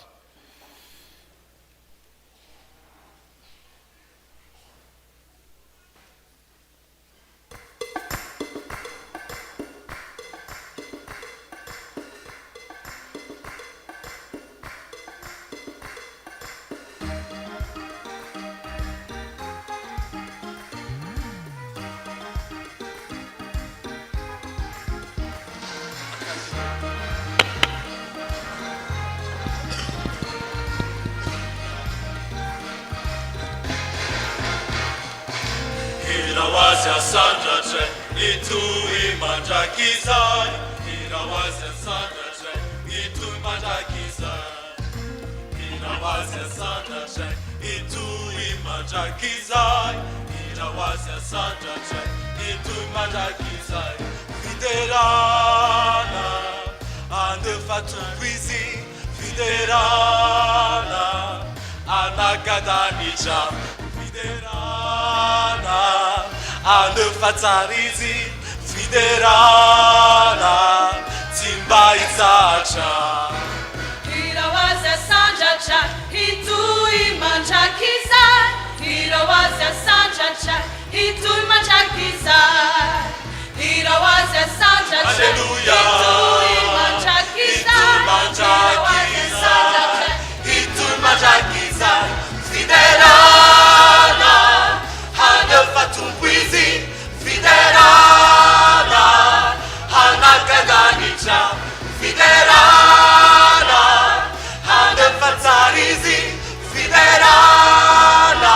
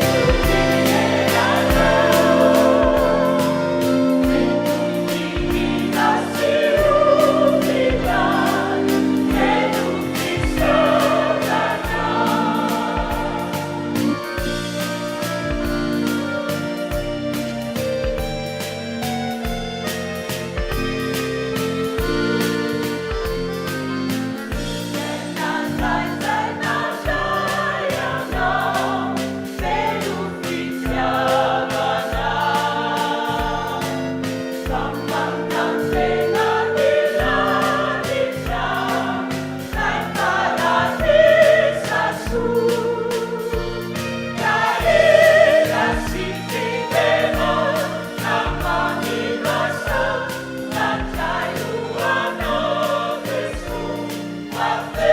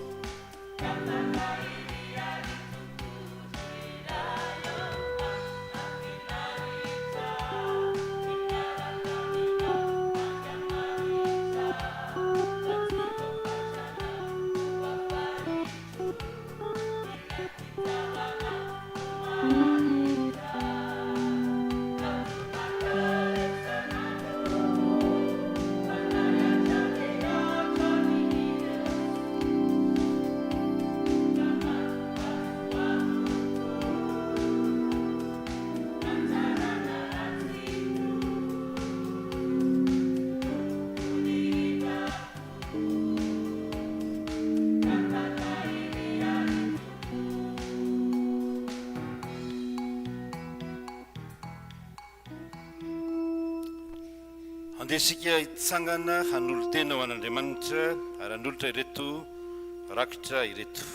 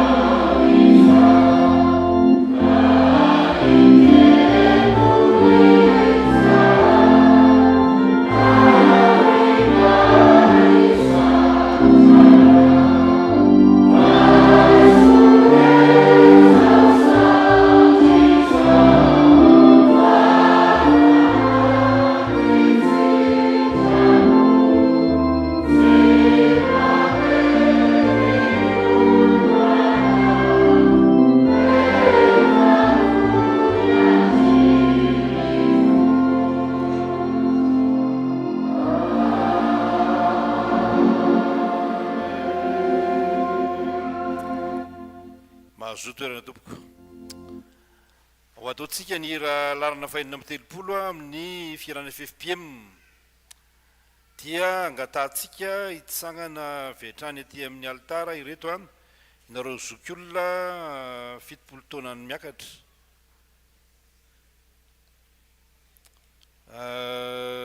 raha afaka manketia tsy afaka moa zany dia mijoro any toerana iny any ny biraon'ny fiangonana ny biraon'ny komity sy ny komitin'ny fanorenana izay manao ny asa lehibe eto amin'ny fiangonana nareo mpandiny-bola eto amin'ny fiangonana zay eo dia mitsangana vetrany nareo anatin'izay rehetra izay ndawary indray enina amby telopolo andininy voalohany sy ny andininy faharoa dia ao anatin'izay zokiolona moa zany raha afaka mitsangana dia mitsangana eto izy no alefantsika mialoha dia raha tsy afaka moa zany dia mijoro any amin'ny toerana rehefa avy eo rehefa midina miarabanareo zay dia mijoro eny anareo sa omena ny solomody koa araka ny fanaontsika fanajana ny ray aman-dreny ndawary.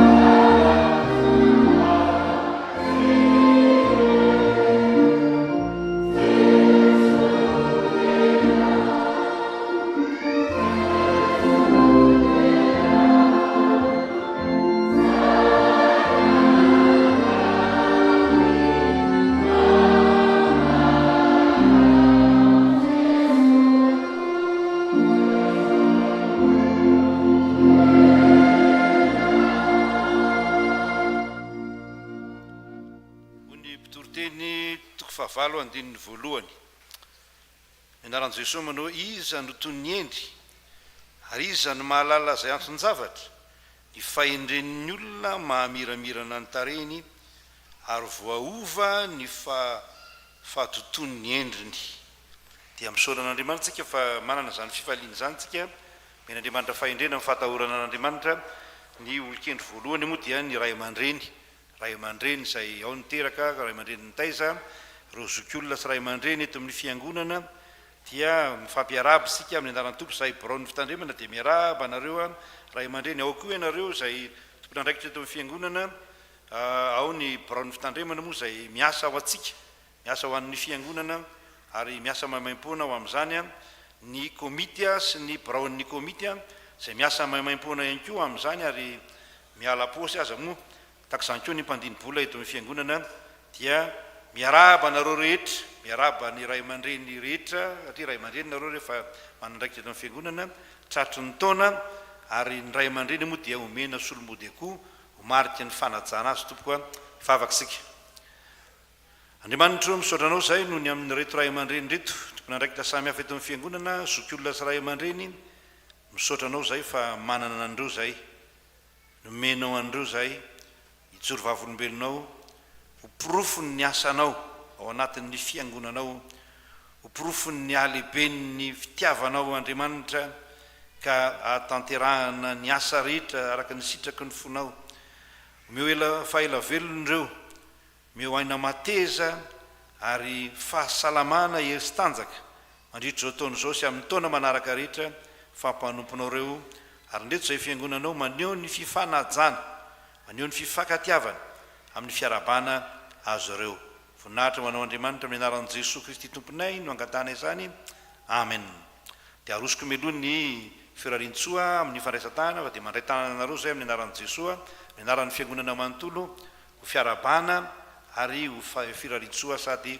ho fanajana anareo ray aman-dreny ao nareo ray aman-dreny zokiolona ao ny komity sy ny brao ao ny mpandimbola ary tsika brao ny fiangonana moa satria tsika ny miaraba dia tsika no eo amin'ny farany eo ndao ary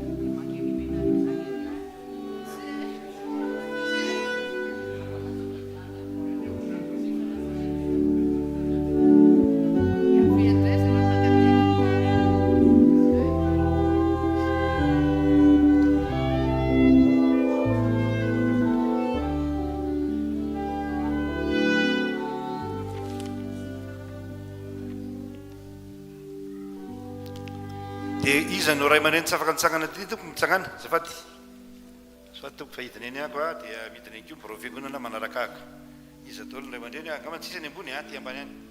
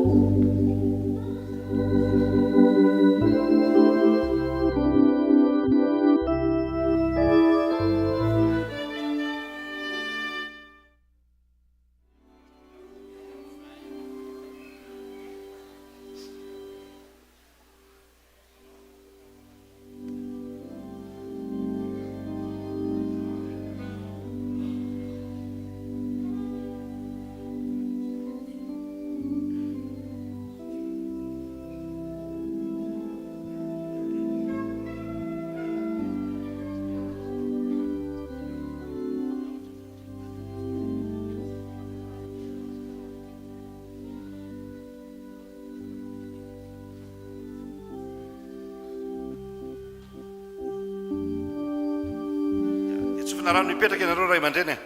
sofina rano ipetraka ianareo fa dia hotain'andriamanitra tratrany taona manaraka ndretsika amin'ny 2027 ndretsika fampiara-badaka zao velomany ainy saza atao mitsangana ela be nareo fa eny zay fakaikikaiky dia mbola ho avina manaraka fanaovanaraka zany moa zany dia miaraba ihany ko tsika ny komity ny fanorenana satria ireo no mikarakara ny asa fanorenana aloha lazaiko kely any a tsy manalava fotoana akory fa komity ny fanorenana zany tena miasa maimpoana ao anatin'io ao zany ny fifanarahana dia hoe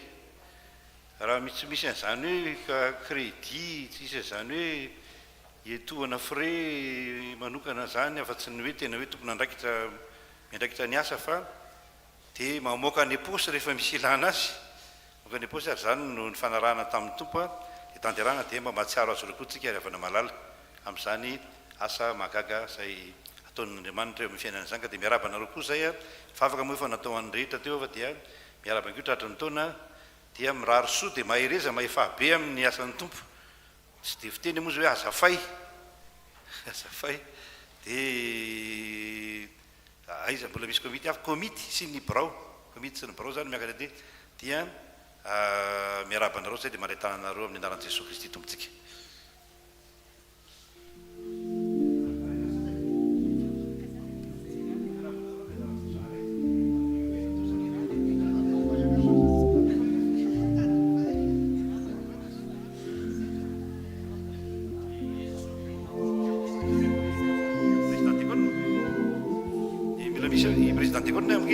komité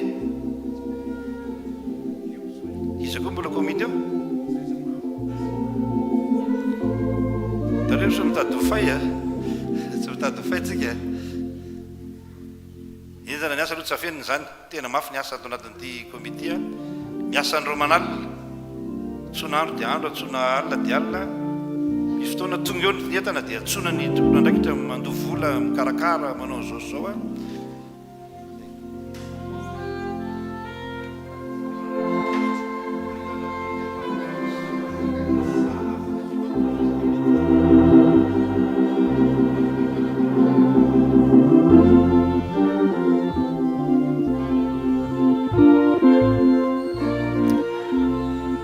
rarosoman'ny komitsika dia mivavaka ho azy ireo koa mba tanteraka tsara ny asa fanompona tsy mora ny asa fa mafy ny asa ary mila fandavatena mila fahafoizatena fahafoizana vola mankarena fahafoizam-potoana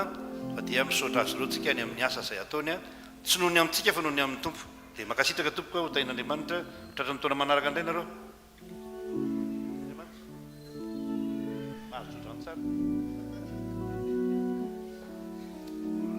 dia reto moa zany ny braon'ny fitandremana efa natao tokoa ny vavaka ho azy ireo a fa ny braon'ny fitandremana dia ireo no azo lazaina hoe mpitantana ny fiangonana mitantana ny fiangonana maimaim-poana tsy karamainy ireo tsy karamainy ireo olonireo fa tena manao maimaim-poana ary matetika moa zany dia mandany ny fotoana ny aty am-piangonana dia misaotra azy ireo tsika fa ray aman-dreny tokoa eto amin'ny fiangonana ny braon'ny fiangonana tena ray aman-dreny tsy resaka fotsiny fa tena ray aman-dreny eto amin'ny fiangonana ireo a taka ny kristianina rehetra kanefa dia ray aman-dreny a mijoro a miasa manao zay azo atao ampandroso ny fiangonana makasitraka anareo zay mivady a ary dia manolotra ny tananay mba ho fampahirezana anareo amin'ny anaran'ny fiangonana manontolo a ngamba mba rarana raha mba mitsanganatsika amin'ny brom-piangonana satria ray aman-drentsika ihany ko ireo a ao anatin'izay rehetra zay dia maray-tanana anareo zay a dia manolotra ihany ko ny solomody koa any aminareo any moa le zavatra fa dia atoloha reo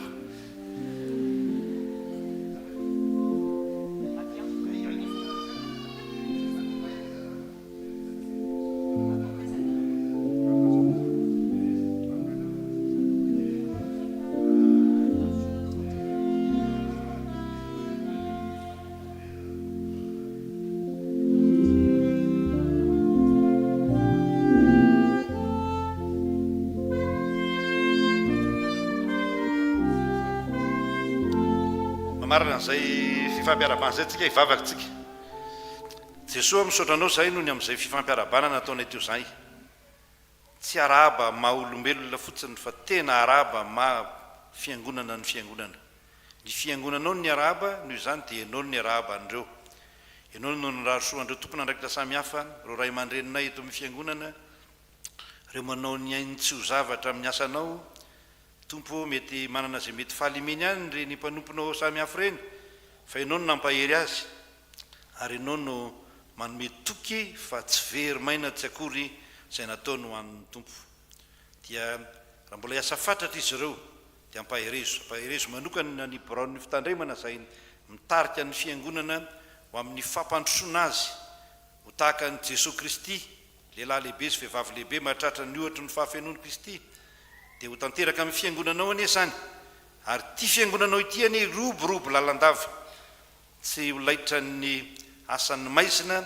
ary tsy andaitra tokoa ny asa maizina samihafa fa ny mazava no amirapiratra teo amin'ity fiangonana ity dia tsofina irano reo ray aman-dreny rehetra zay raisin-tanana teto hahatratra ny taona manaraka hovokisan'Andriamanitra fahaela velona amin'ny anaran'i Jesosy nanaovana izany vavaka izany amen. Petraka tsika ravely malala.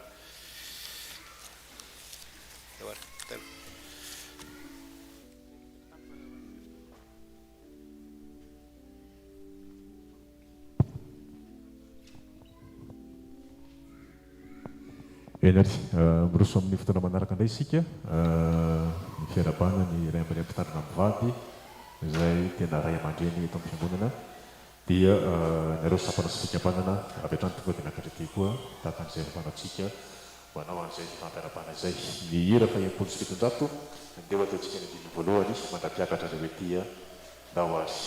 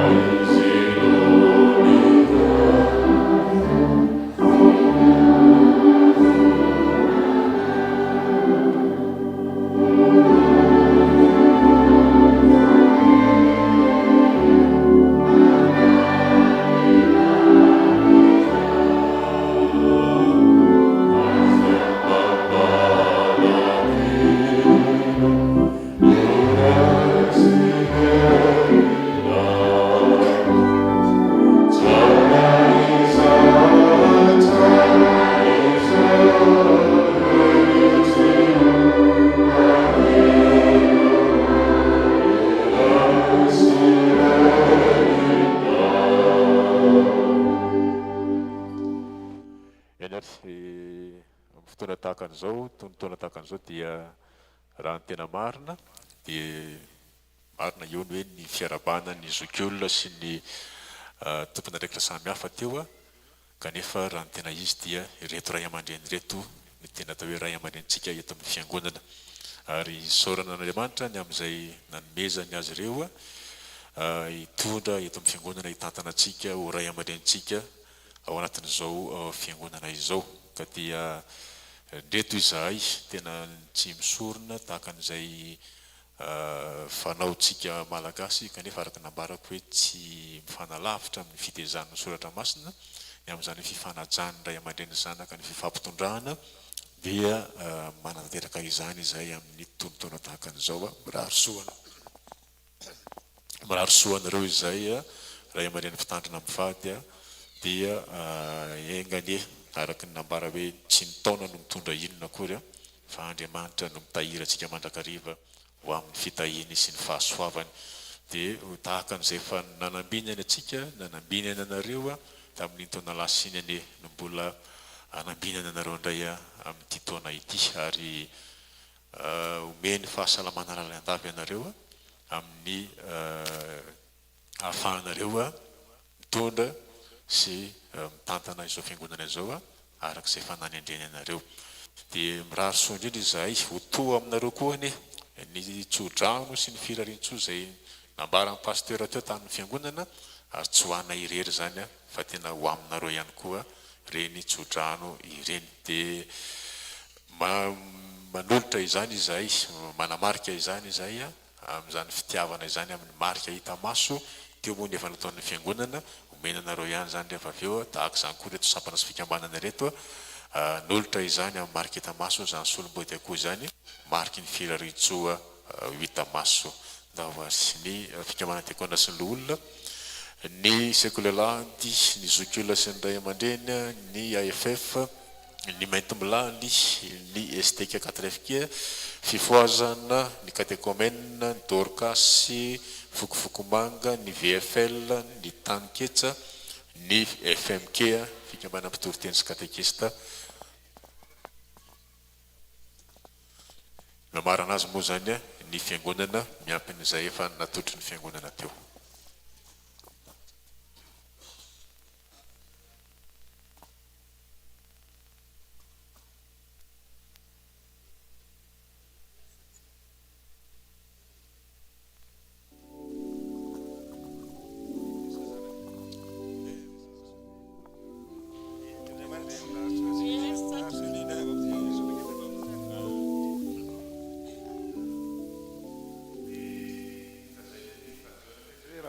Tsy be resaka be hirahira fialam-boly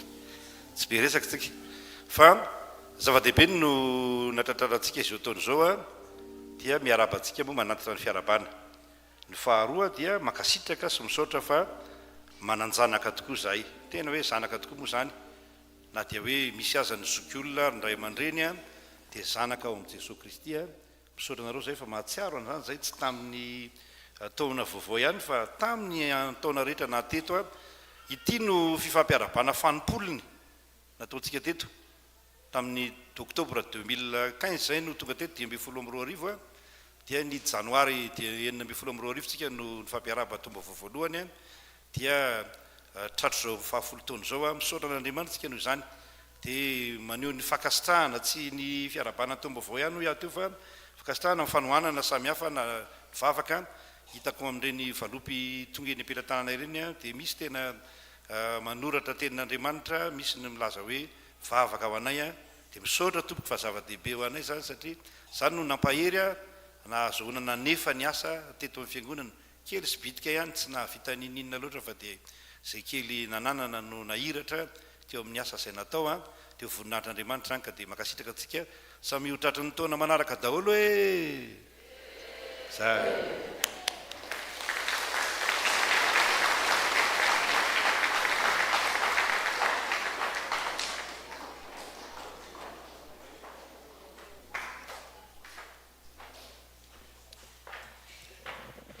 Moroso avy hatrany amin'ny fanaisana ny fanasan'ny tompo isika mamarana izao fampivavahana izao mampatsiaro an'izany ireo zavatra vitsivitsy ny adidy atsika tsy terena fampitiavana tsika mpandray fanasan'ny tompo hanao asa sosialy goavana ny FJGM amin'ny 13 14 hatramin'ny 20 ny volana ho avy zao dia manolotra arivo ariary tsika araka mba fangatahany FJGM dia manolotra vary kapoka raha tsy manana zany moa ianao mivavaha fa raha manana dia manometsika satria be dehibe ny olona tsy mihinan-kanina eto Antananarivo eto be dehibe no mirenireny fotsiny tsy misakafo na amin'izao fety zao za tsy misakafo olona amina rivony maro any amin'ny 7 arivo na mety ny ray alina any no fanana ao anatin'izay dia miezaka tsika izany handray anjara amin'izany rehetra izany dia misy koa any ny faretahana mikasika ny barkety ny barkety zany somary tsy ampy any eo amin'ny fobe FJGM dia mangataka ny barkety arivo ariary misy afaka manao an'izany dia manaova raha afaka manao ianao mety manolotra barkety ray na roa amin'ny alalan'ny vola dia atao zany aza matahotra nareo fa taka ny anaovana nytony trano sy asa rehetra eto amin'ny fiangonana tony ihany zay tonga eto am-pelantanana dia makany amin'izay alehny fa tsy mivilina ray milanja azy dia mahireza revana malala dia tsika androso amin'ny hira voalahatra.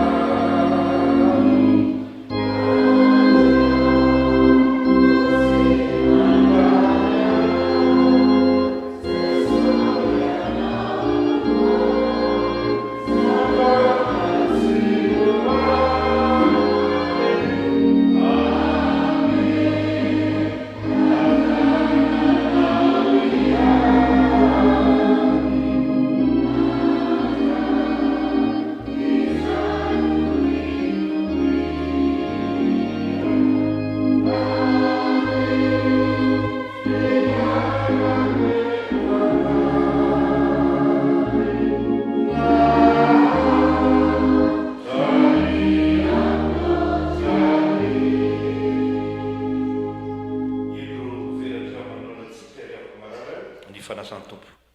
manambara ny fanatrehan'ny tompo sy ny fahasoavan'andriamanitra raisina amin'ny fomba hita maso sy azo tsapaitanana zany ko asandrato amin'ny tompo ny fotsika ho Jesoa tsangana mpany fanasan'ny tompo ho Jesoa izao no mofinaina ity ny mofo izay midina avy any an-danitra mba tsy ho faty izay mihinana azy izao ny mofo velona izay nidina avy tany an-danitra raha misy mihinana ity mofo ity dia ho velona mandrakizay izy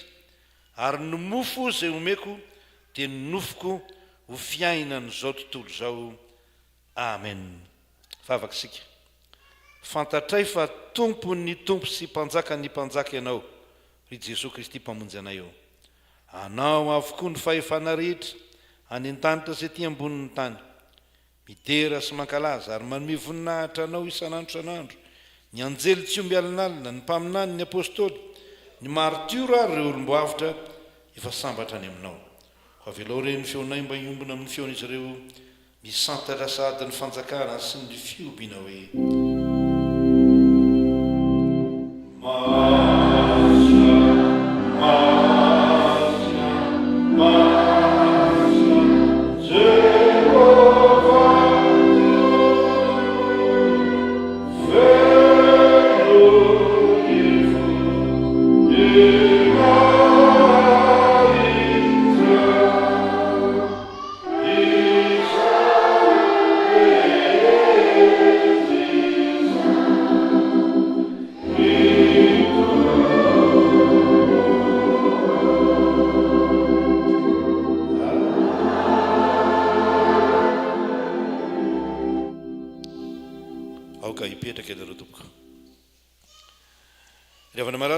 notsika zao ny teny fanorenana ity sakramenta masina ity manao hoe fa i Jesosy tompo tamin'iny alina iny izay namadiana azy dia nandray mofo ary efa nisaotra izy dia novakinika ho izy raiso hano ity ny tenako izay omena ho anareo sao nataovy io fahatserovana dia arak'izany koa ny kapoaka rehefa nihinana dia hoy izy misotro amin'ity anareo rehetra fa ity no rako dia ny amin'ny fanekena vaovao izay alatsaka ho an'ny rehetra ho famelan-keloka izao natao fahatserovana naovinana misotro ianareo fa naovinana ianareo ny mihinana itony mofo itony sy misotro amin'ny kapoaka dia manambara ny fahafatesan'ny tompo ianareo mandra-piaviny amen manasa ny mpandrefanasan'ny tompo hitsangana hivavaka isika ry tompo rainay ny an-danitro ndreto izay manao eto anatrehanao ny fahatserovana ny fahatongavany zanakao olona ny fijaliany sy ny fahafatesany ny fitsanganany avy tamin'ny toerany maty ary ny fiakaran'ny tamboninahitra sy ny fifonany mandrakizay ary miandro sy mitalao ny fiverenany izay koa mba fenoa ny voninahitra ny fanaty-pisaoranay da io mba ho tanteraka izao sakramenta masina izao ary mba ikeo endrik'ilay fanatitra tokana sy tanteraka nateriny indray mandeha monja ho anay teo amin'ny azo fijaliana tamin'ny alalan'i Jesosy Kristy mpamonjy anay zany ry tompo rainay ny an-danitro aoka hiasa ny fananao masina amasiny ny mofo mba hanambara ny tenan'i Jesosy Kristy amasiny ny kapoaka mba hanambara ny ran'i Jesosy Kristy hiasa aminay ny fananao masina mba hatserovanay tafaray marina tokoa amin'ny tena sy ny ranony tomponay eto ampandraisana izao mofo sy kapoaka izao fa ny fanainao masina no haharinao anay amelomanao anay hanamasinanao anay hanomezanao anay ny zavatra rehetra mianoanay ry Andriamanitra tsy toa noho ny fitiavanao sy ny famindramponao ao amin'i Kristy fa amin'ny anarany no angatahana izany amen.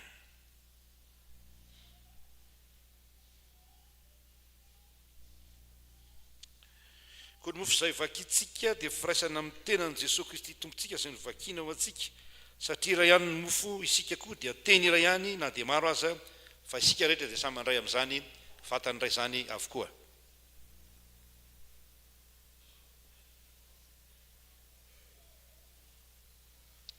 Ary ny kapoaka ny fisaorana izay isaorantsika dia firaisana amin'ny rano Jesosy Kristy tompontsika ny ranony fanekena vaovao izay nalatsaka ho antsika ho famelan-keloka.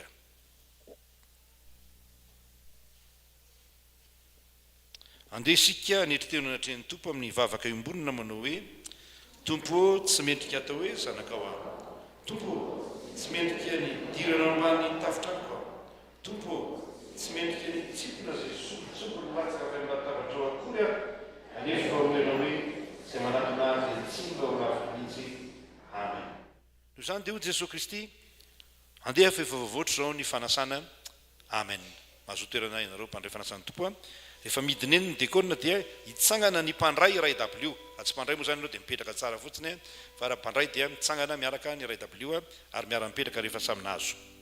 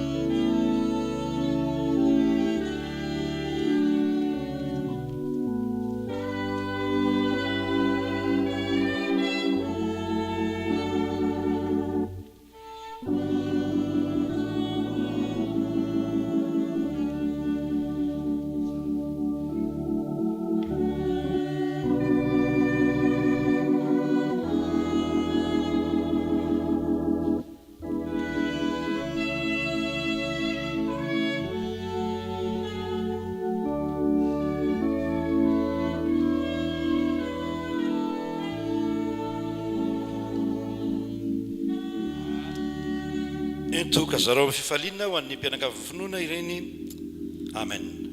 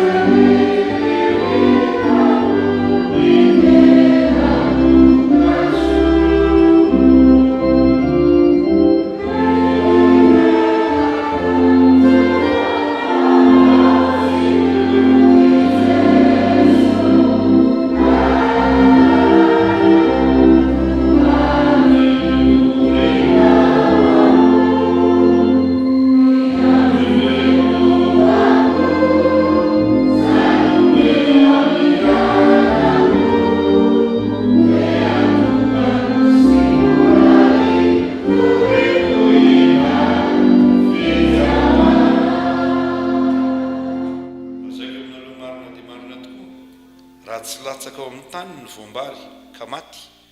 dia mitoetra foana izy fa raha maty kosa izy dia ahavokatra be izay tia ny ainy no mahavery izany fa izay mankahala ny ainy amin'izao fiainana izao no hiaro izany ho amin'ny fiainana mandrakizay raha misy olona manompo aho dia aoka izy hanaraka ary izay toerako dia aokoa ny toeran'ny mpanompoko raha misy olona manompo aho dia hakalaza azy ny ray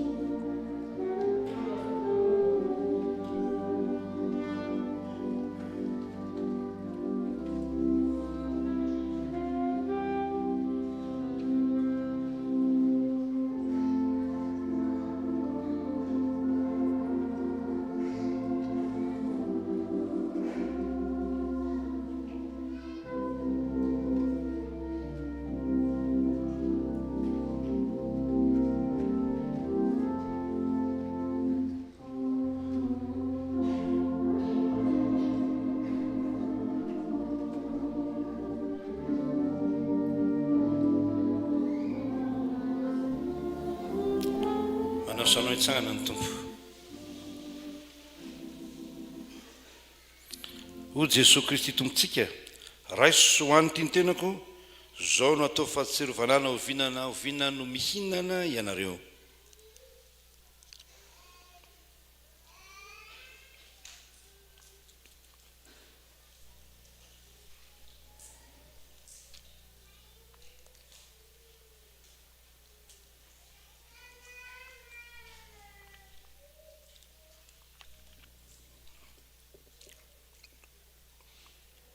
ary io koa Jesosy Kristy tompontsika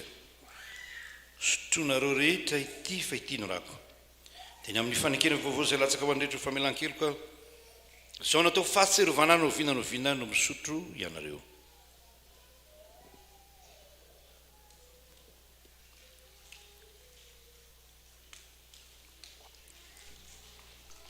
mambo Jesosy ny fitiavanao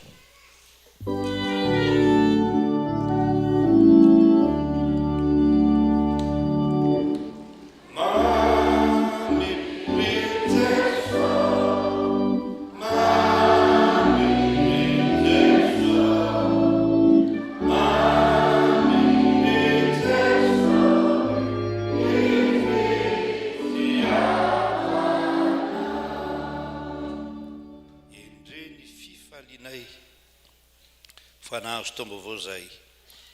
taona vaovao zay antena anay fa hitahinao anay totsahanao fahasoavana ao anay ary natombokay tamin'ny fandraisana ny fanasan'ny tompo zany androany tompo misaotranao zay fa nahazo vatsim-panahy hoentina mamakivaky ny taona ary matoko fa mivimbona anay tokoa ianao, miaro anay ianao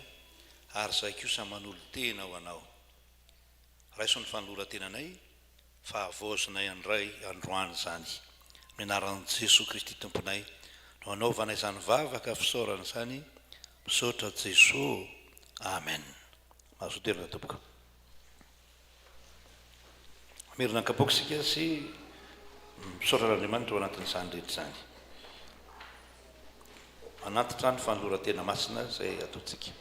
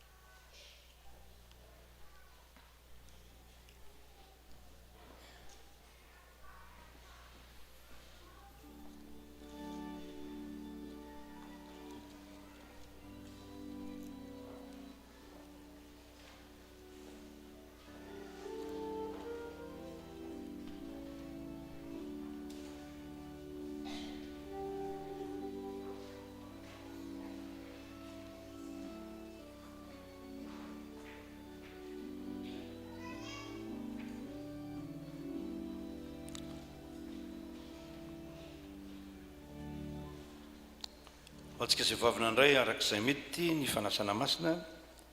dia aoka hiaino tsara ny afatra ny tenin'Andriamanitra tsika ary anatanteraka izany ara-baktiny. Zao nafatra ho antsika koa amin'izany mangataka aminareo ary rahalahy noho ny famindrapon'Andriamanitra mba hatolotra reo ny tenanareo fanatitra velona masina sitrak'Andriamanitra dia fanompom-panahy mety ataonareo zany. Ary aza manaraka ny fanaony zao tontolo zao fa miova amin'ny fanavaozana ny saina amantarana anao sitrapon'Andriamanitra dia izay tsara sady akasitrahana no marina. Fa noho ny fahasoavana nomena dia zao no lazaiko amin'ny olona rehetra izay eo aminareo. Aza miavonavo-kevitra ka mihevitra mihoatra noho izay tokony ho heverina, fa mihevery izay onony araka ny ohatra ny finoana izay nozarain'Andriamanitra ho anareo. Fa toy ny ananantsika zavatra maro momba ny tena iray nefa tsy mitovy asa izay rehetra momba ny tena, dia toy izany koa isika na dia maro aza dia teny iray ihany eo amin'ny Kristy, ary samy miara-momba ny tena isika rehetra, ary oka ho amboniny izany rehetra ny fitiavana fa feny ny fahatanterahana izany. Amen. Tsangantsika rehetra nao ny hira famaranana fampivavahana.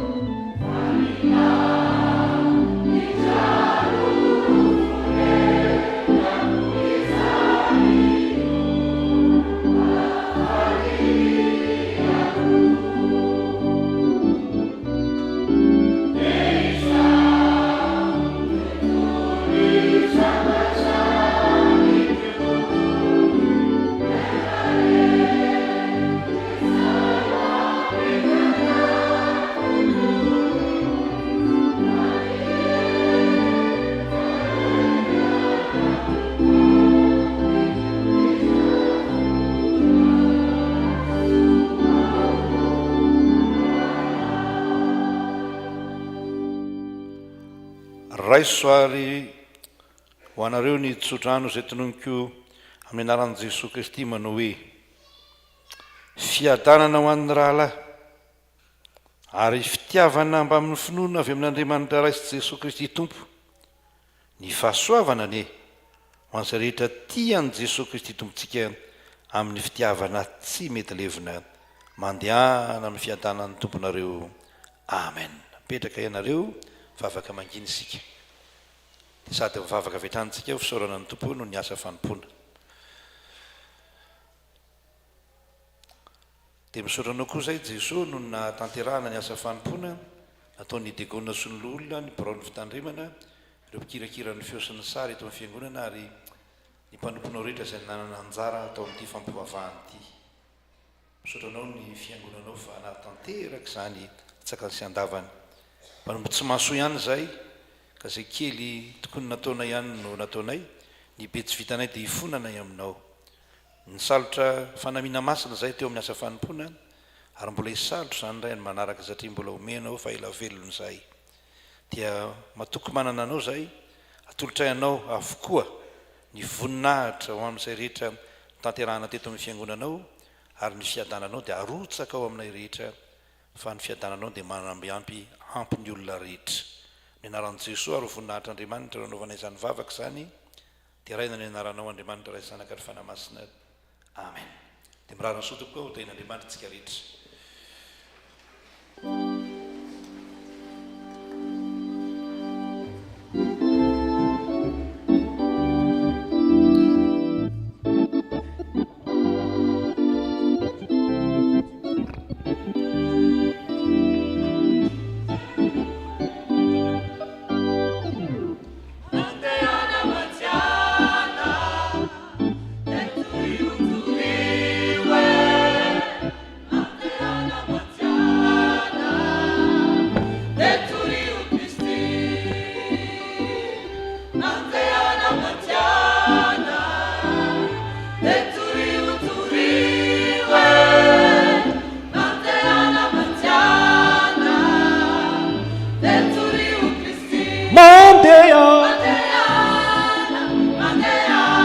Yeah.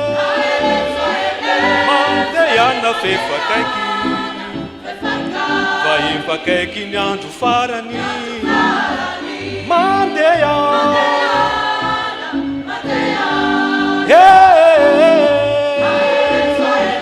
mandeana fefakaiky fa efakaiky ny andro farany